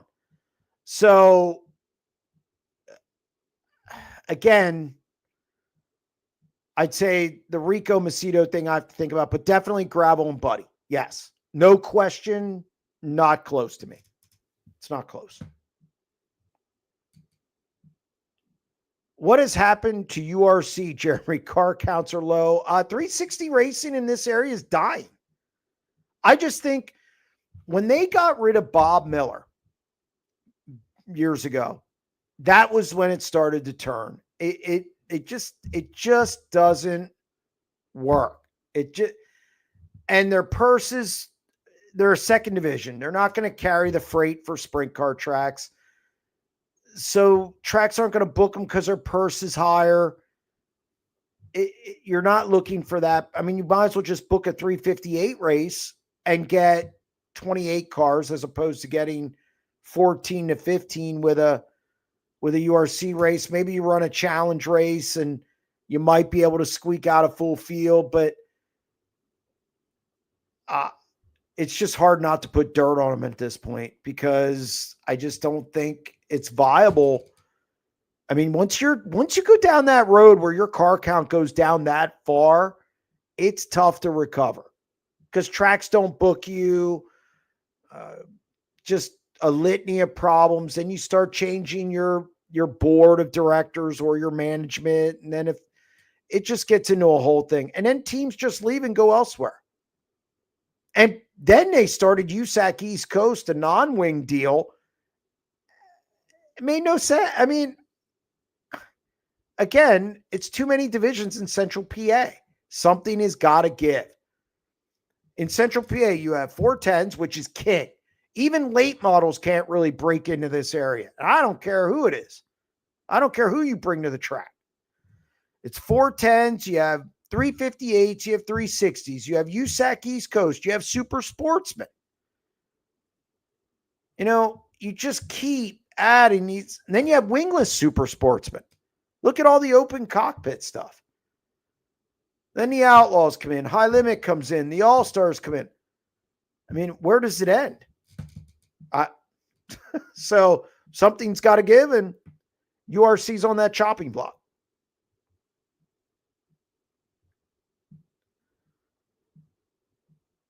How many cars at Bridgeport Saturday for High Limit? Ooh. Lincoln's running. I do know Lucas Wolf's going to Lincoln. I think Freddie Raymer's going to Lincoln. I know Freddie. I assume Troy Wagaman will go to Lincoln. I'm going to say 27 to 30, maybe. So, won't be a high car count. Hey, Jeremy, I believe Logan Schuhart has spoken out about devices on the seat that act like shocks, a shock absorption. Do you know if Macri runs them? I think he's talking about Chasm. Yes, Macri runs the Chasm system. Macri did run Chasm.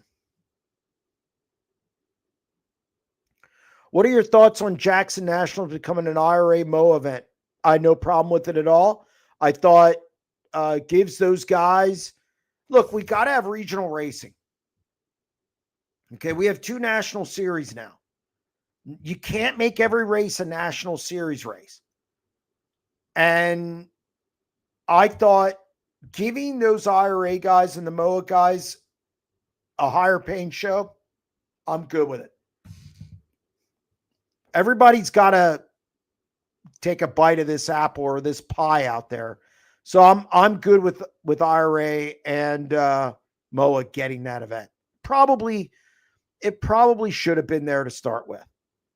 And it seems like from everything I've been told, it was good.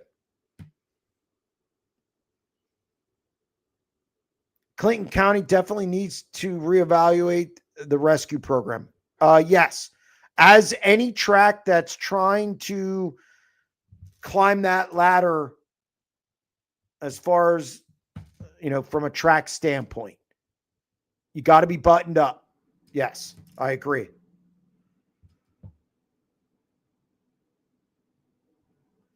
How's the racing at New Egypt? Very strange track configuration. I have not, every time I go there, it rains. So I have yet to see a race there. I've heard good things, and then I've heard, not so good things from outlaw guys who've been there before. So, I mean, I'd love to tell you, but I have not personally seen a race there. It rains out all the time. Jeremy, when both series release their schedule, do you get out like I do and compare to see where the schedules overlap? I look at it all the way around. It's weird. It's like the NFL now. They have a day where they release stuff, and like everybody stops and look at the crossover games. I do the same thing for High Limit and the Outlaws. I will actually put a post on SprintCarUnlimited.com, and obviously I'll talk about it this year on the 90 at 9 some. And by the way, no, I don't overlap usually between the two platforms, but I will talk about the schedules, what's new, conflicts, what tracks got taken off the schedule, maybe some interesting shows that I feel, are more interesting than in the past, so on and so forth. So I evaluate both schedules, yes. Why doesn't one of the national series come to Georgetown? It would put on a great race. I think facility. I don't know the seating capacity there. It's in Delaware, so I think there probably could be some concern over, are you going to get a crowd? Are central Pennsylvania people going to drive down to Georgetown? I think there's a lot of variables that come into play. It may race great, but you still got to make money. Still got to make money. Why did Woosh throw instant caution when Kading spun into infield when they let Hod sit? Did the Kading one? Well, I think they're learning from their mistakes. I think it's as simple as that. I mean, look, just because you did it for one, I don't think you just continue to make a mistake. I think you learn from it. You try and do a better job. And I think that's probably what they did there. How long before someone builds an electric sprint car, and do you think it would be the future of the sprint? No, it's not going to happen. It's not going to happen. Guys, I hate to tell people, and I know this isn't sprint car related, we're not all going to electric cars. Do you think the gas companies and the lobbyists in Washington are going to allow that to happen? No. They do it so enough people switch so they feel they've taken care of or prevented a problem. Gas cars are not going away. Not in the foreseeable future. I'm 53. I'd be willing to bet I'll be driving a gas car until the day I die. Because lobbyists and the car manufacturers and the gas companies aren't going to allow it to go away. And I think in sprint car racing, it's a very conservative group. I don't think I'm stretching that. And I don't think they would probably be in favor of that either. Plus, again, we go back to the money aspect. Of it. How much is that going to cost? So, no, I think there's 0.0 chance. Great show, Jeremy. Enjoy watching every Tuesday. I appreciate that. We have to get you to Tulare for Trophy Cup next year. I tried to. I couldn't get in. They wouldn't let me in. I'm not paying to get into the race. This is a job for me. I'm not saying I don't like it or have passion for it, but they wouldn't let me in because I didn't have a credential in at the beginning of the year. And I'll be honest, that's stupid. And I'll tell you why it's stupid. Because why would I take a credentialed spot from another media person who's going to be there every week or every time they race? Excuse me. I asked to go to that race. But I'm not going to go out there and pay to get in because this is a job to me. So it's fine. I mean, and then I will say, look, I'd love to go to Tulare. Don't get me wrong. And when High Limit goes there, there's a chance that I go, a good chance. But I also have Joseph Terrell out there, and he does a really good job. And he's covering it for SprintCarUnlimited.com. We're going to bring him back again next year. I like the coverage he provides, and so yes, I do hope to get to Tulare. I have tried to get to the Trophy Cup, but I could get into the White House easier than I could get into Tulare for the Trophy Cup. So I don't know why, and I'm not mad about it. It's fine. I mean, they wouldn't let me in Sealands Grove last week because they didn't like something I wrote.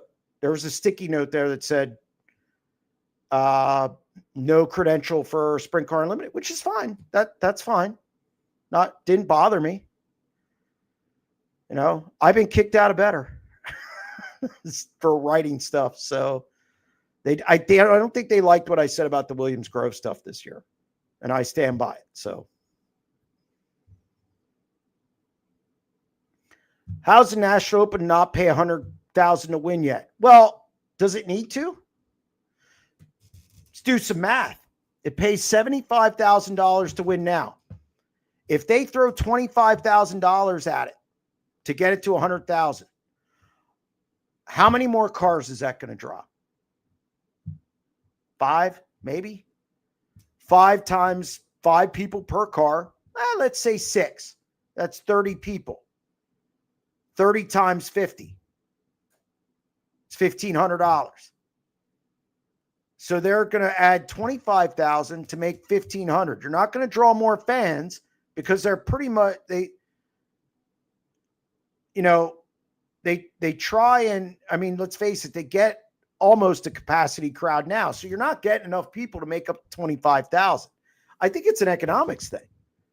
I wouldn't raise it unless the sponsor came in and threw 25,000 at it. But from an economical standpoint, it makes no sense to raise the purse.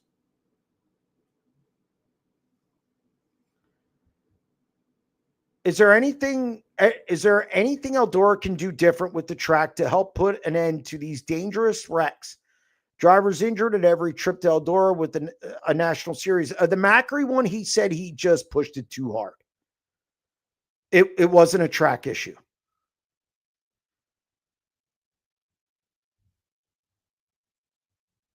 So, I do think I've talked to Tony Stewart and about it, and he doesn't want it to I mean, they're working on it. It's the best thing I can say. Jeremy getting the Chaz treatment.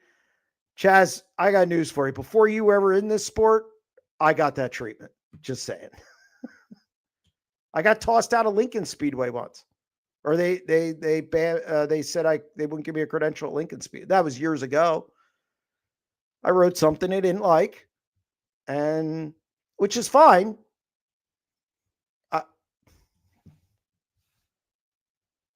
It's fine.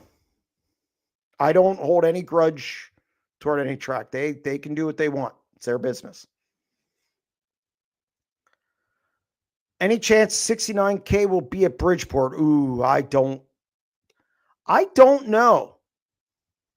I don't know. I wouldn't see. They're in Reading. I mean, it's plausible. I mean, they're in Reading, which is roughly an hour east of me. So they're probably about an hour, 10 minutes maybe from Bridgeport. It's doable. I can ask. I don't know. I wouldn't think they'd go down there as of now. I would think they'd focus on a national open.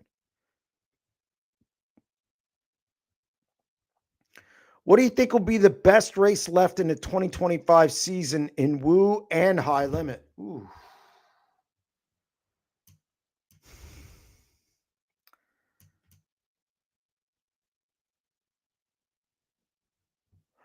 On the High Limit side, I really like Lakeside. I do. I've been there. I like Lakeside. I mean, obviously this weekend, the double Bridgeport and Path Valley, a lot of people are looking forward to that. On the Outlaws side, World Finals is usually pretty good. World Finals has some bangers. And look, if Darren Pittman wins the Grove National Open, no one's going to care what kind of race it is. So, and I think they're going to Millstream this week. Sharon puts on a good show. I think both series could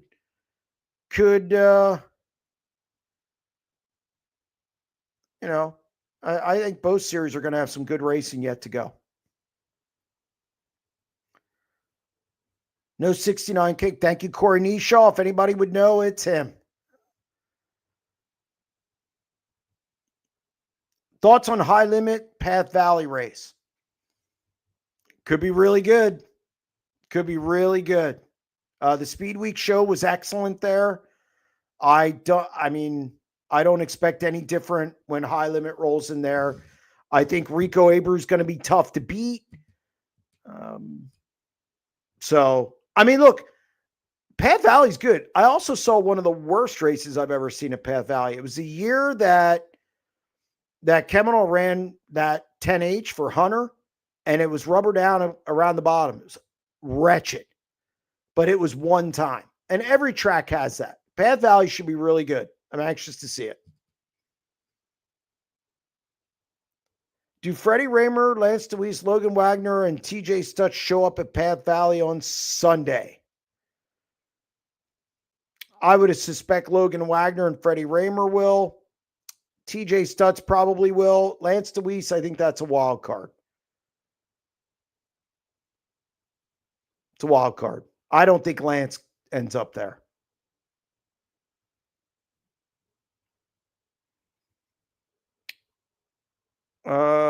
Word is the prices are going up after. My eyes are bad. They're going up after first of the year, and Woo teams and high limit are starting to speak up. Hurts regional and local teams more as payout doesn't increase. This is a slippery slope of this sport. It's you can't keep raising the purses and expecting the gate price to go, because the fans are paying the freight. And the fans are there's too many races, there's too many big shows, so it's going to hurt the local shows. I agree, it's going to hurt the local shows the most, because if I'm a Central Pennsylvania fan, when there's 115 races in the area, which I think is about what it was this year when I counted them up, I'm going to pick the 40 best. I'm not going to go to 100 races. That's expensive. And if I get rid of some, what I'm going to get rid of are the local shows where I see the same guys all the time. I'm going to go to the National Series events. I'm going to go to the big shows. And you're going to go to about 30 or 40 of them. And then your weekly show suffers. Why? Because you can watch it on streaming for a lot cheaper. So, again, it's a slippery slope. I don't know what the answer is. And I don't see big sponsors coming into the sport at an alarming rate. Albach was the last one, really. And he's more of a fan. So I think there's a lot of problems. Look, I think sprint car racing's not in a terrible spot, not in a bad spot, but I don't think it's in a great, everything's perfect spot either. I think local racing, it has some challenges ahead of it. I think local weekly shows have challenges. We'll see, especially in Central PA.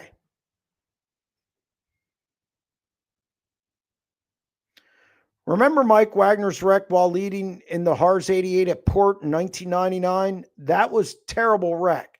Todd Schaefer's driveline braking and driving through the first turn look, I remember Van Mays up there. Whew. Every track, I'm going to say every track, but yeah, no, I remember a lot of wrecks. I do not remember Mike Wagner's. I remember Van Mays. And I remember some other ones up there. but no, I do not remember Mike Wagner's. I probably wasn't there that night then. I was roaming. Who has a better chance of getting a win the rest of this year? Donnie Schatz or the Florida Gators football team? There's one in every. I expected that from Corey Neshaw. It's tough because Florida has the toughest schedule in the country. Unlike Tennessee, Corey's favorite team, they pretty much play the Baptist School of the Blind. They play Georgia and lose. They find ways to lose. It might be Donnie. Florida's not good, and Billy Napier should be let go. Something's not right there. So I do think the SEC schools have fallen behind on NIL. I think NIL has definitely helped the Big Ten more than it's helped the SEC. I think it's hurt the SEC. Thoughts on Ryan Newton winning the Hockett McMillan Memorial? I saw that in my when I put my quick results together. Good for him. Good for him. He puts a lot into the sport. It was good to see somebody different. I think the Power I deal's been good. I think the All-Star deal's been good. I think regional racing, I like what I see right now with your Power I, your IRA, your All-Stars, I think had a good first year. So, no, good for Ryan Newton. He's a nice guy. So, I mean, as far as every time I've talked to him, does a lot for racing.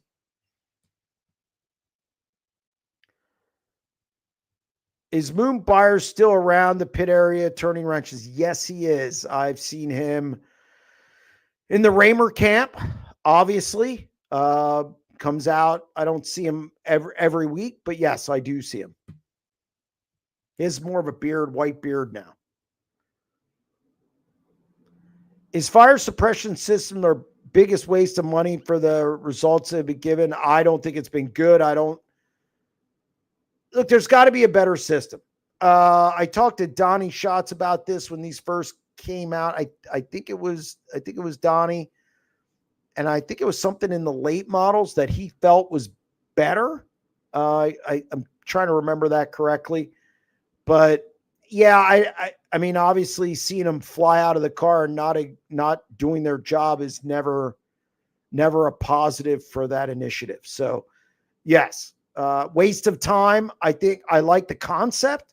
I just think more testing and more transparency in these things is needed.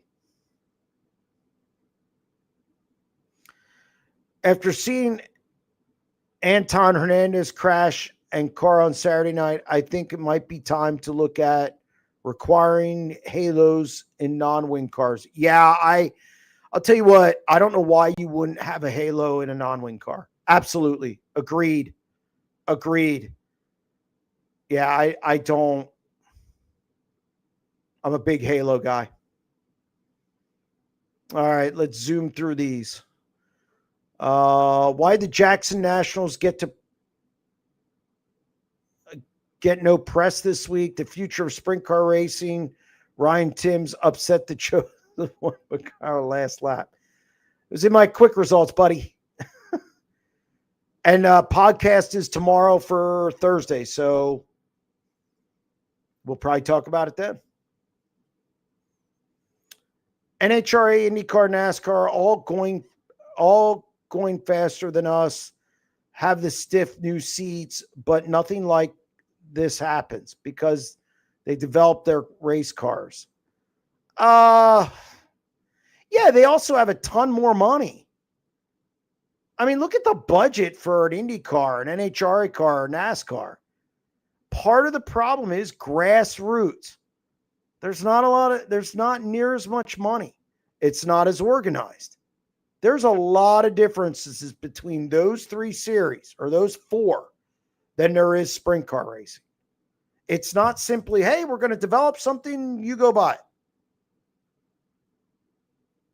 I can take you through the pit area at Williams Grove, and I can tell you about 25 to 30 teams that wouldn't buy it. So it's not as easy as that.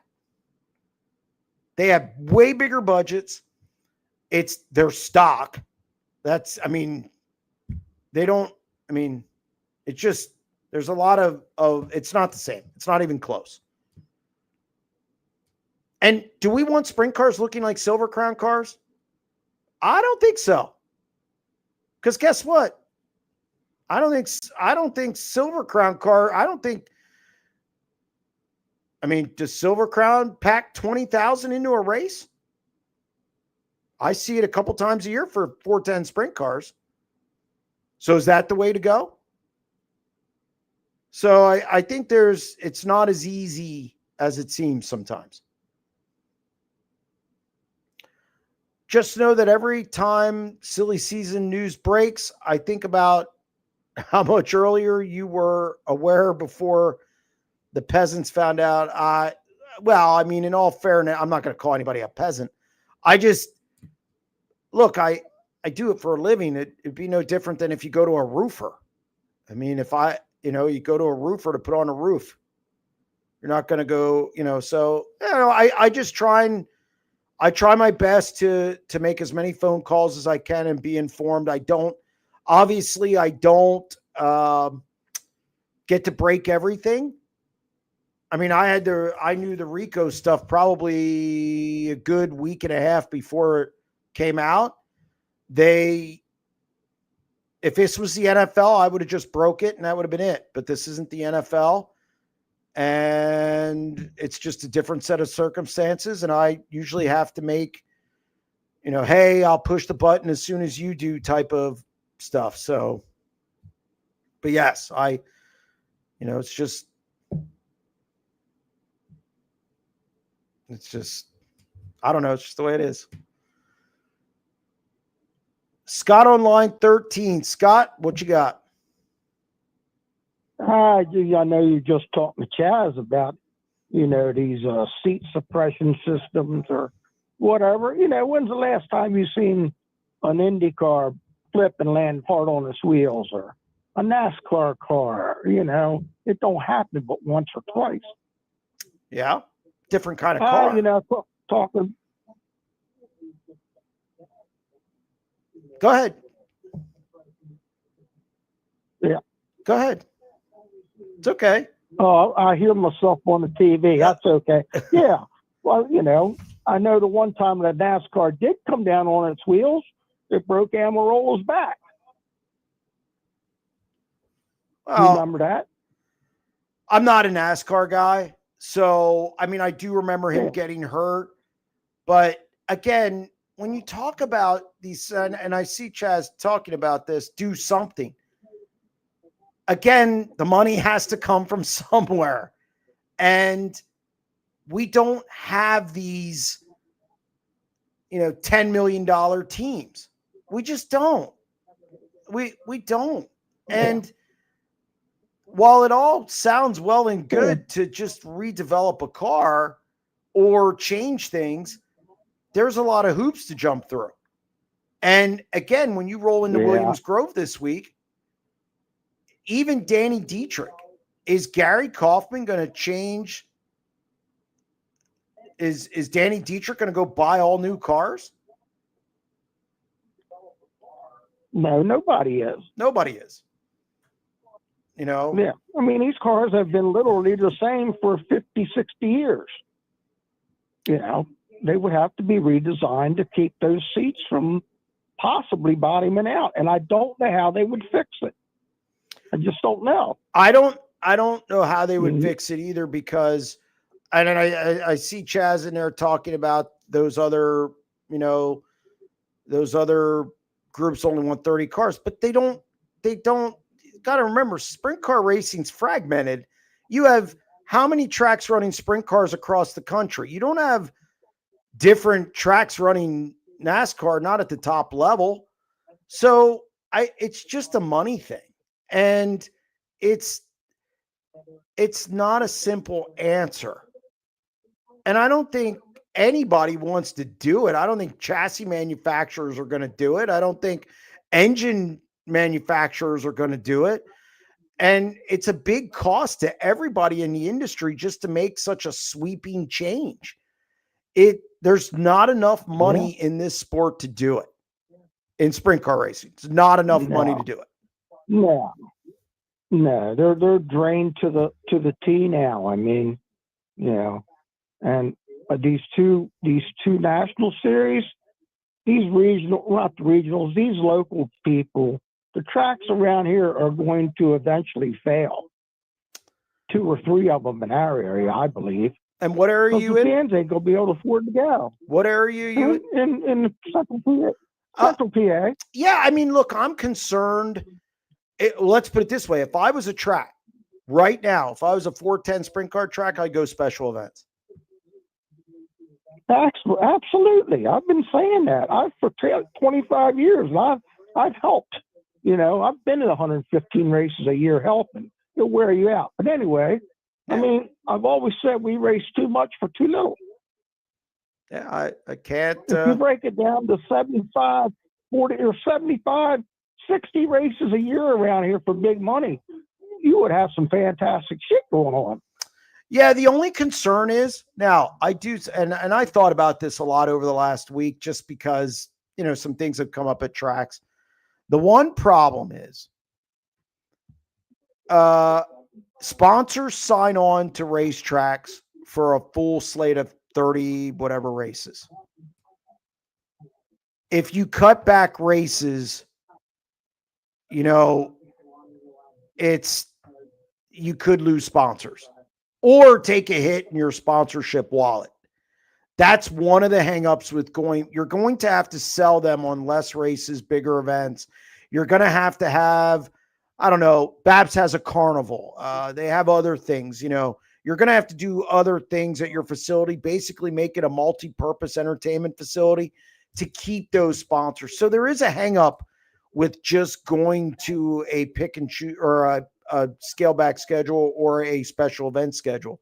There is give and take. As I told a friend of mine today, no matter what decision you make, there's always good and bad. And you're just hoping the good outweighs the bad. You got that's good. That's good philosophy, Jerry. Well, that's about all I got to argue about tonight. I don't argue, but keep preaching the gospel, buddy. No problem. Thank you very much. Listen to you tomorrow. Yep. Thank you. Appreciate it. And look, I'm not against tweaks in the car. Like I see Chaz in there about clearance. Yeah, I'm okay with that, but you can't just new car. You can't just say new car. Which I've read a lot. New car. No, you can make subtle little tweaks, but it can't be at the expense of the teams. Because once you do that, you're going to lose these teams at some point. That is going to happen. This tire bill thing is getting out of control. The tire bill is one of the biggest problems in the sport right now. Now, you take this for what it's worth. There's no rubber trees growing in the United States. That's all I'm saying. We don't grow rubber trees here. So I'm simply saying, I don't know what that. I'm an idiot when I went to all these tracks, talked to drivers, went to Chaz. It's ridiculous. I didn't say it's ridiculous. I just said you can't just build a new car. That's all I said. You just can't build a new car and make everybody buy it. That's not going to, you can't do that. That's all I'm saying.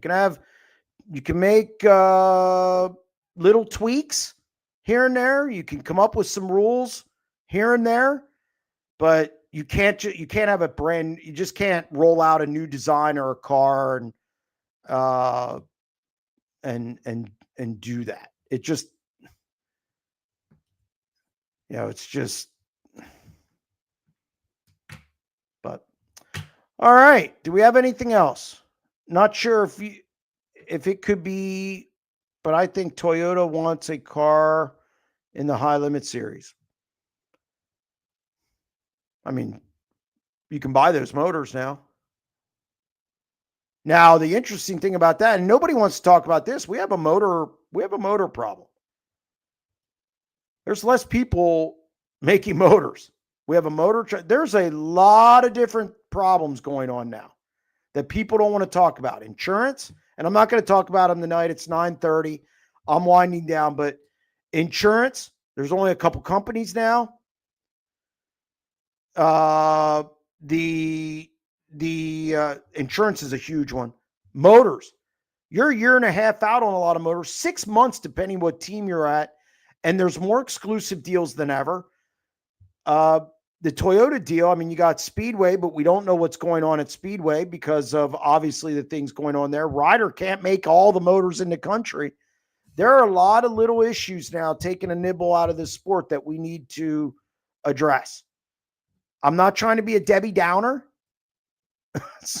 I'm just saying it's a very fragile ecosystem now. That's why I'm in favor of a governing body. These problems got to be addressed so we can keep the sport healthy. But all right, is there anything else? Who are your picks? Let's say something positive. I feel like I was being negative at the end. Who are your picks for the regular season championships at Lincoln and the Grove? Troy Wogman in both. He's timing better, so I think he gets through the National Open, no problem. This week, he's going to go against Raymer. I would assume Dietz and Dietrich will go to Bridgeport. Not that they're in a point battle, but they could take a spot away. It would move Troy Wogman up if he has a bad night. So I think Troy Wogman wins both titles. And honestly, I think Troy Wogman is he's come a long way. 6 wins this year, doubled his win total from last year. I like what he's doing. I hope he stays with that team. I hope nothing changes. Do you see Brent Marks staying on tour, or does he come home to Central PA? There's no reason to leave the tour now. The franchise deal is going to kick in. He's going to be 3rd or 4th, something like that. That's a nice payday. Why would you go out, earn the franchise / charter, whatever you want to call it, and then pull back? You have that guaranteed money. There's no way he's coming back. I wouldn't come back. Outside of the 360 Nationals, what do you think is the next best 360 race in the United States?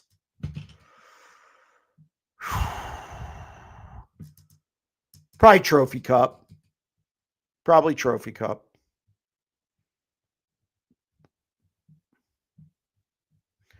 Ask Jeremy if you. Oh yeah, governing body. I went over this. I got crucified for doing a 90 at 9 on. There should be a governing body, but there should. And it's not just fixing problems. It's drug testing. It's prices. It's getting everybody in a room to talk about, motor costs, tire costs, things they could do, brainstorming. Here's a novel concept. How about sharing sponsorship dollars? Because I believe if it were up to me, there'd be one national body and then each region would have a body. Now, I don't think you do it at the national level. There's no way High Limit and the World of Outlaws are going to share money. However, let's say in Central PA, the governing body in Central PA, you have Lincoln, Port Royal, Grove, Baps, whatever. You could pull your resources together and probably get bigger sponsors. Because you're not saying, okay, we got, 90,000 fans for the whole year. You could use the numbers from every track and say, we got 500,000, because you're adding up every week and everything else. So I just think there's a lot of things you can do with that. And I think it would make it better. I think it would help teching. I think it would save some tracks some money on employees. I just think there's a lot of, again, no matter what you do, there's good and bad. You just hope your good outweighs the bad. What did Wu find wrong with Caleb Montgomery's hood for his race car? I don't know anything about that, actually. I did not see anything about that. That's a new one to me. That's something for me to check on. Sorry about that. Wish I knew more about it. Are the USAC Eastern wingless 360s going to 410s next season? I heard this last year. I think they're doing something where you could run both, or they're transitioning to it or something. I'm not 100% sure where that's at. I heard this before, and I talked to a couple guys about it, and they said it wouldn't work, and then it kind of went away, and now it's resurfacing again. So I don't know where that's at going into next year, but I don't, again, too many divisions in Central PA, and they eat each other. It's amazing to me. Who's your pick for most improved 410 driver for the year in PA? Wow. Look, if you're going on stats, Chase Dietz. But that's because he's in a team that runs more. I think Chase Dietz was good last year. Just go look at his National Open results. He looked really good. So, I mean, if you're going to go by stats, Chase Dietz.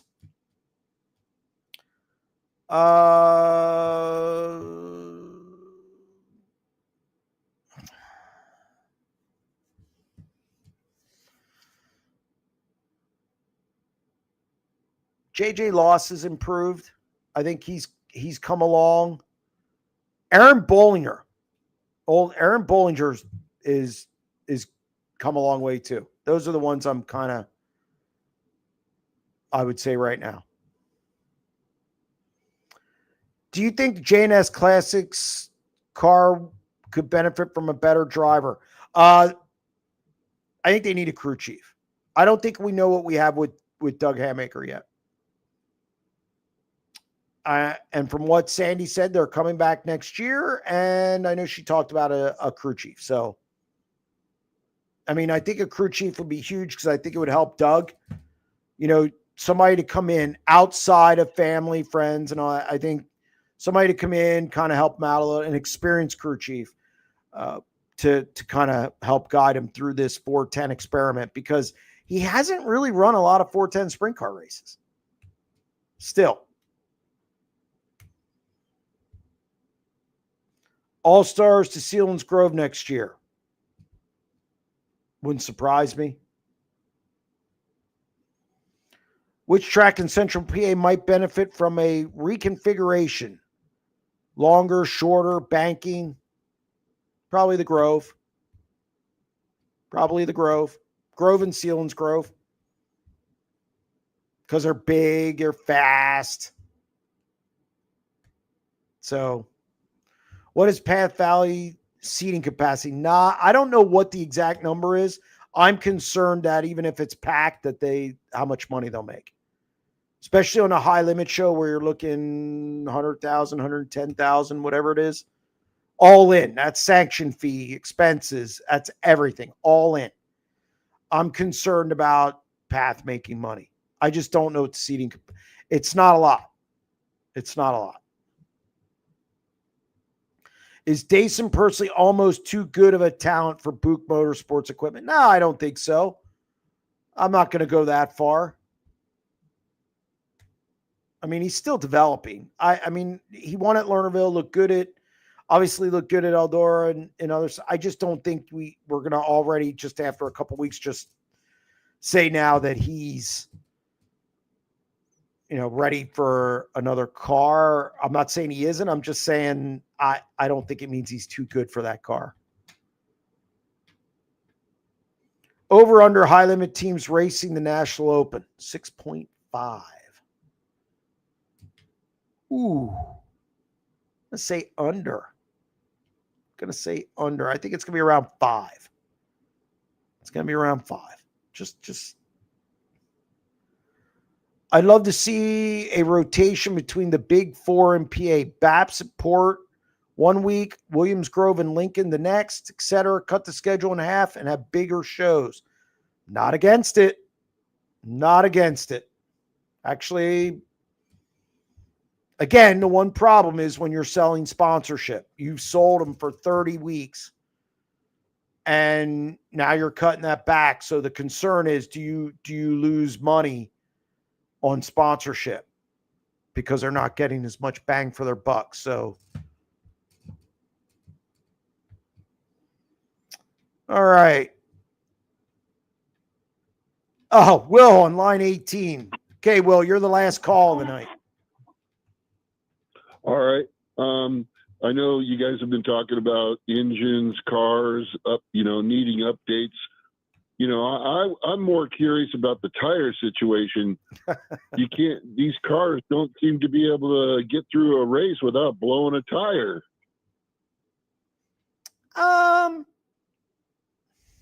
I think some nights yes, some nights no. I think tire wear is an issue. So I don't know. I don't know about that. Well,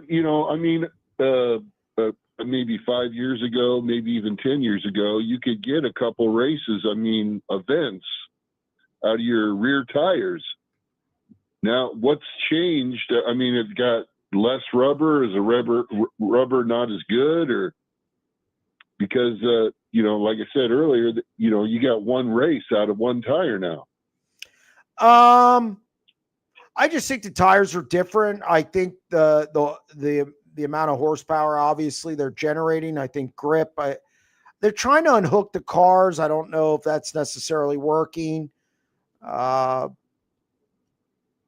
Again, I think that's a multi-layered question. I do not know everything that's in these tires.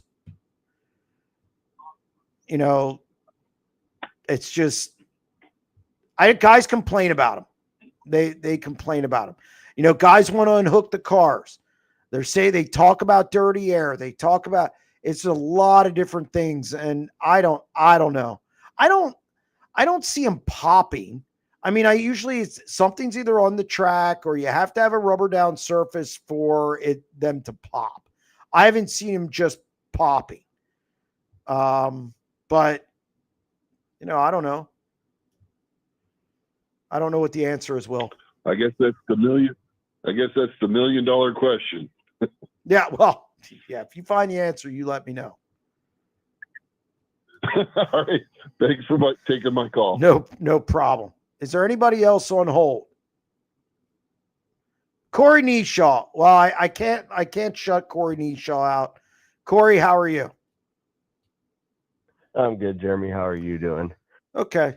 Taking shots at my volunteers, I see, as usual, but we can talk about that another time. There's nothing to say. How many national titles? I actually want to talk to you. Go ahead. I'm sorry. Yeah. Sorry. Who's 3-1? Who's 1-3? Look, I know they suck. You're not going to upset me. So what I actually wanted to talk about was over the last, I'd say 5 or 6 years, we've seen a lot of USAC guys make the switch over to winged racing. We've seen Courtney, we've seen Wyndham. This past year we saw Bacon. He's doing it. Persley's doing it now. Kevin Thomas kind of goes back and forth. He's still considered. Who do you feel is that next?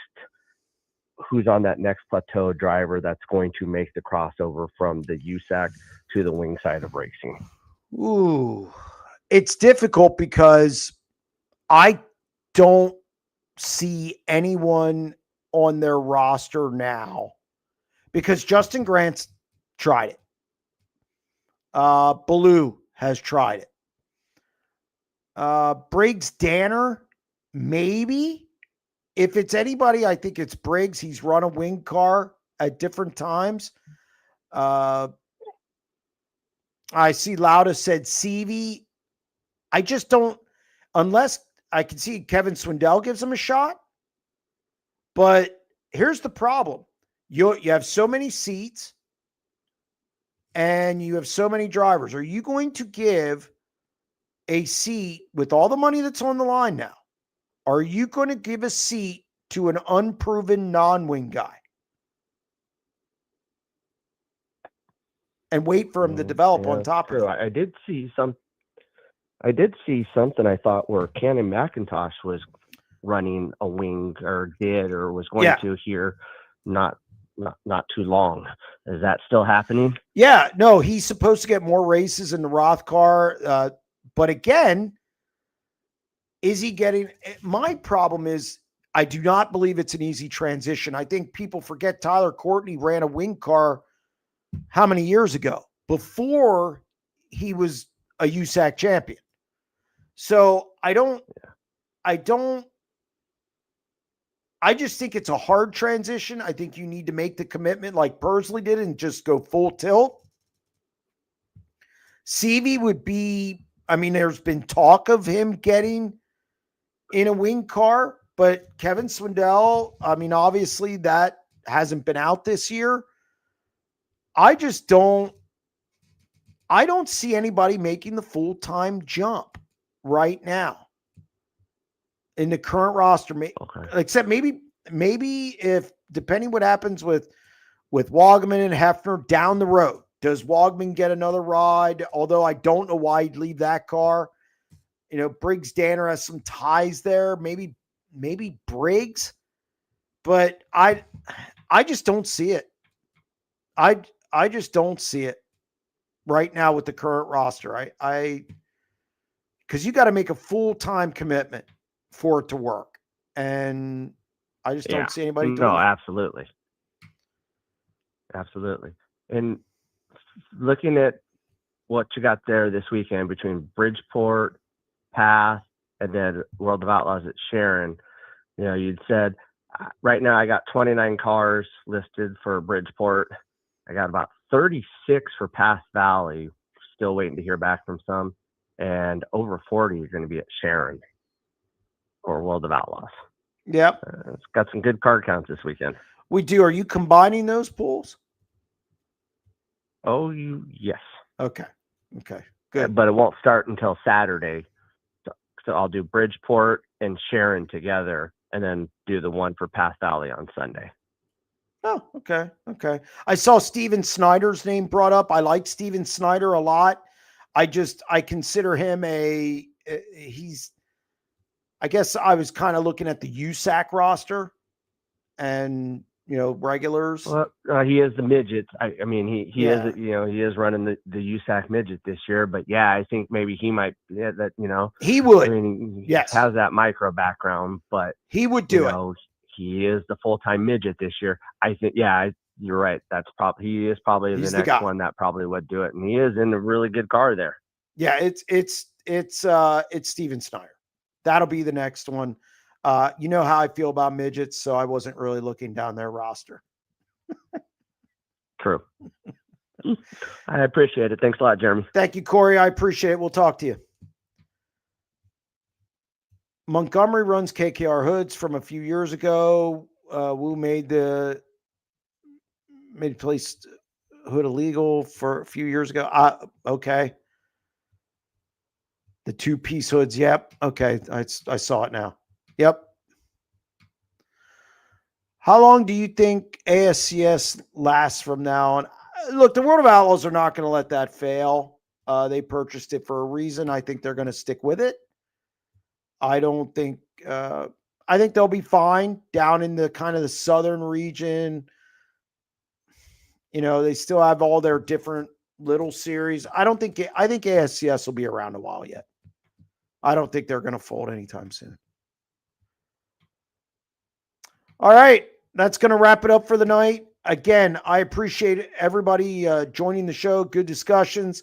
And we'll be back next week. Stay tuned.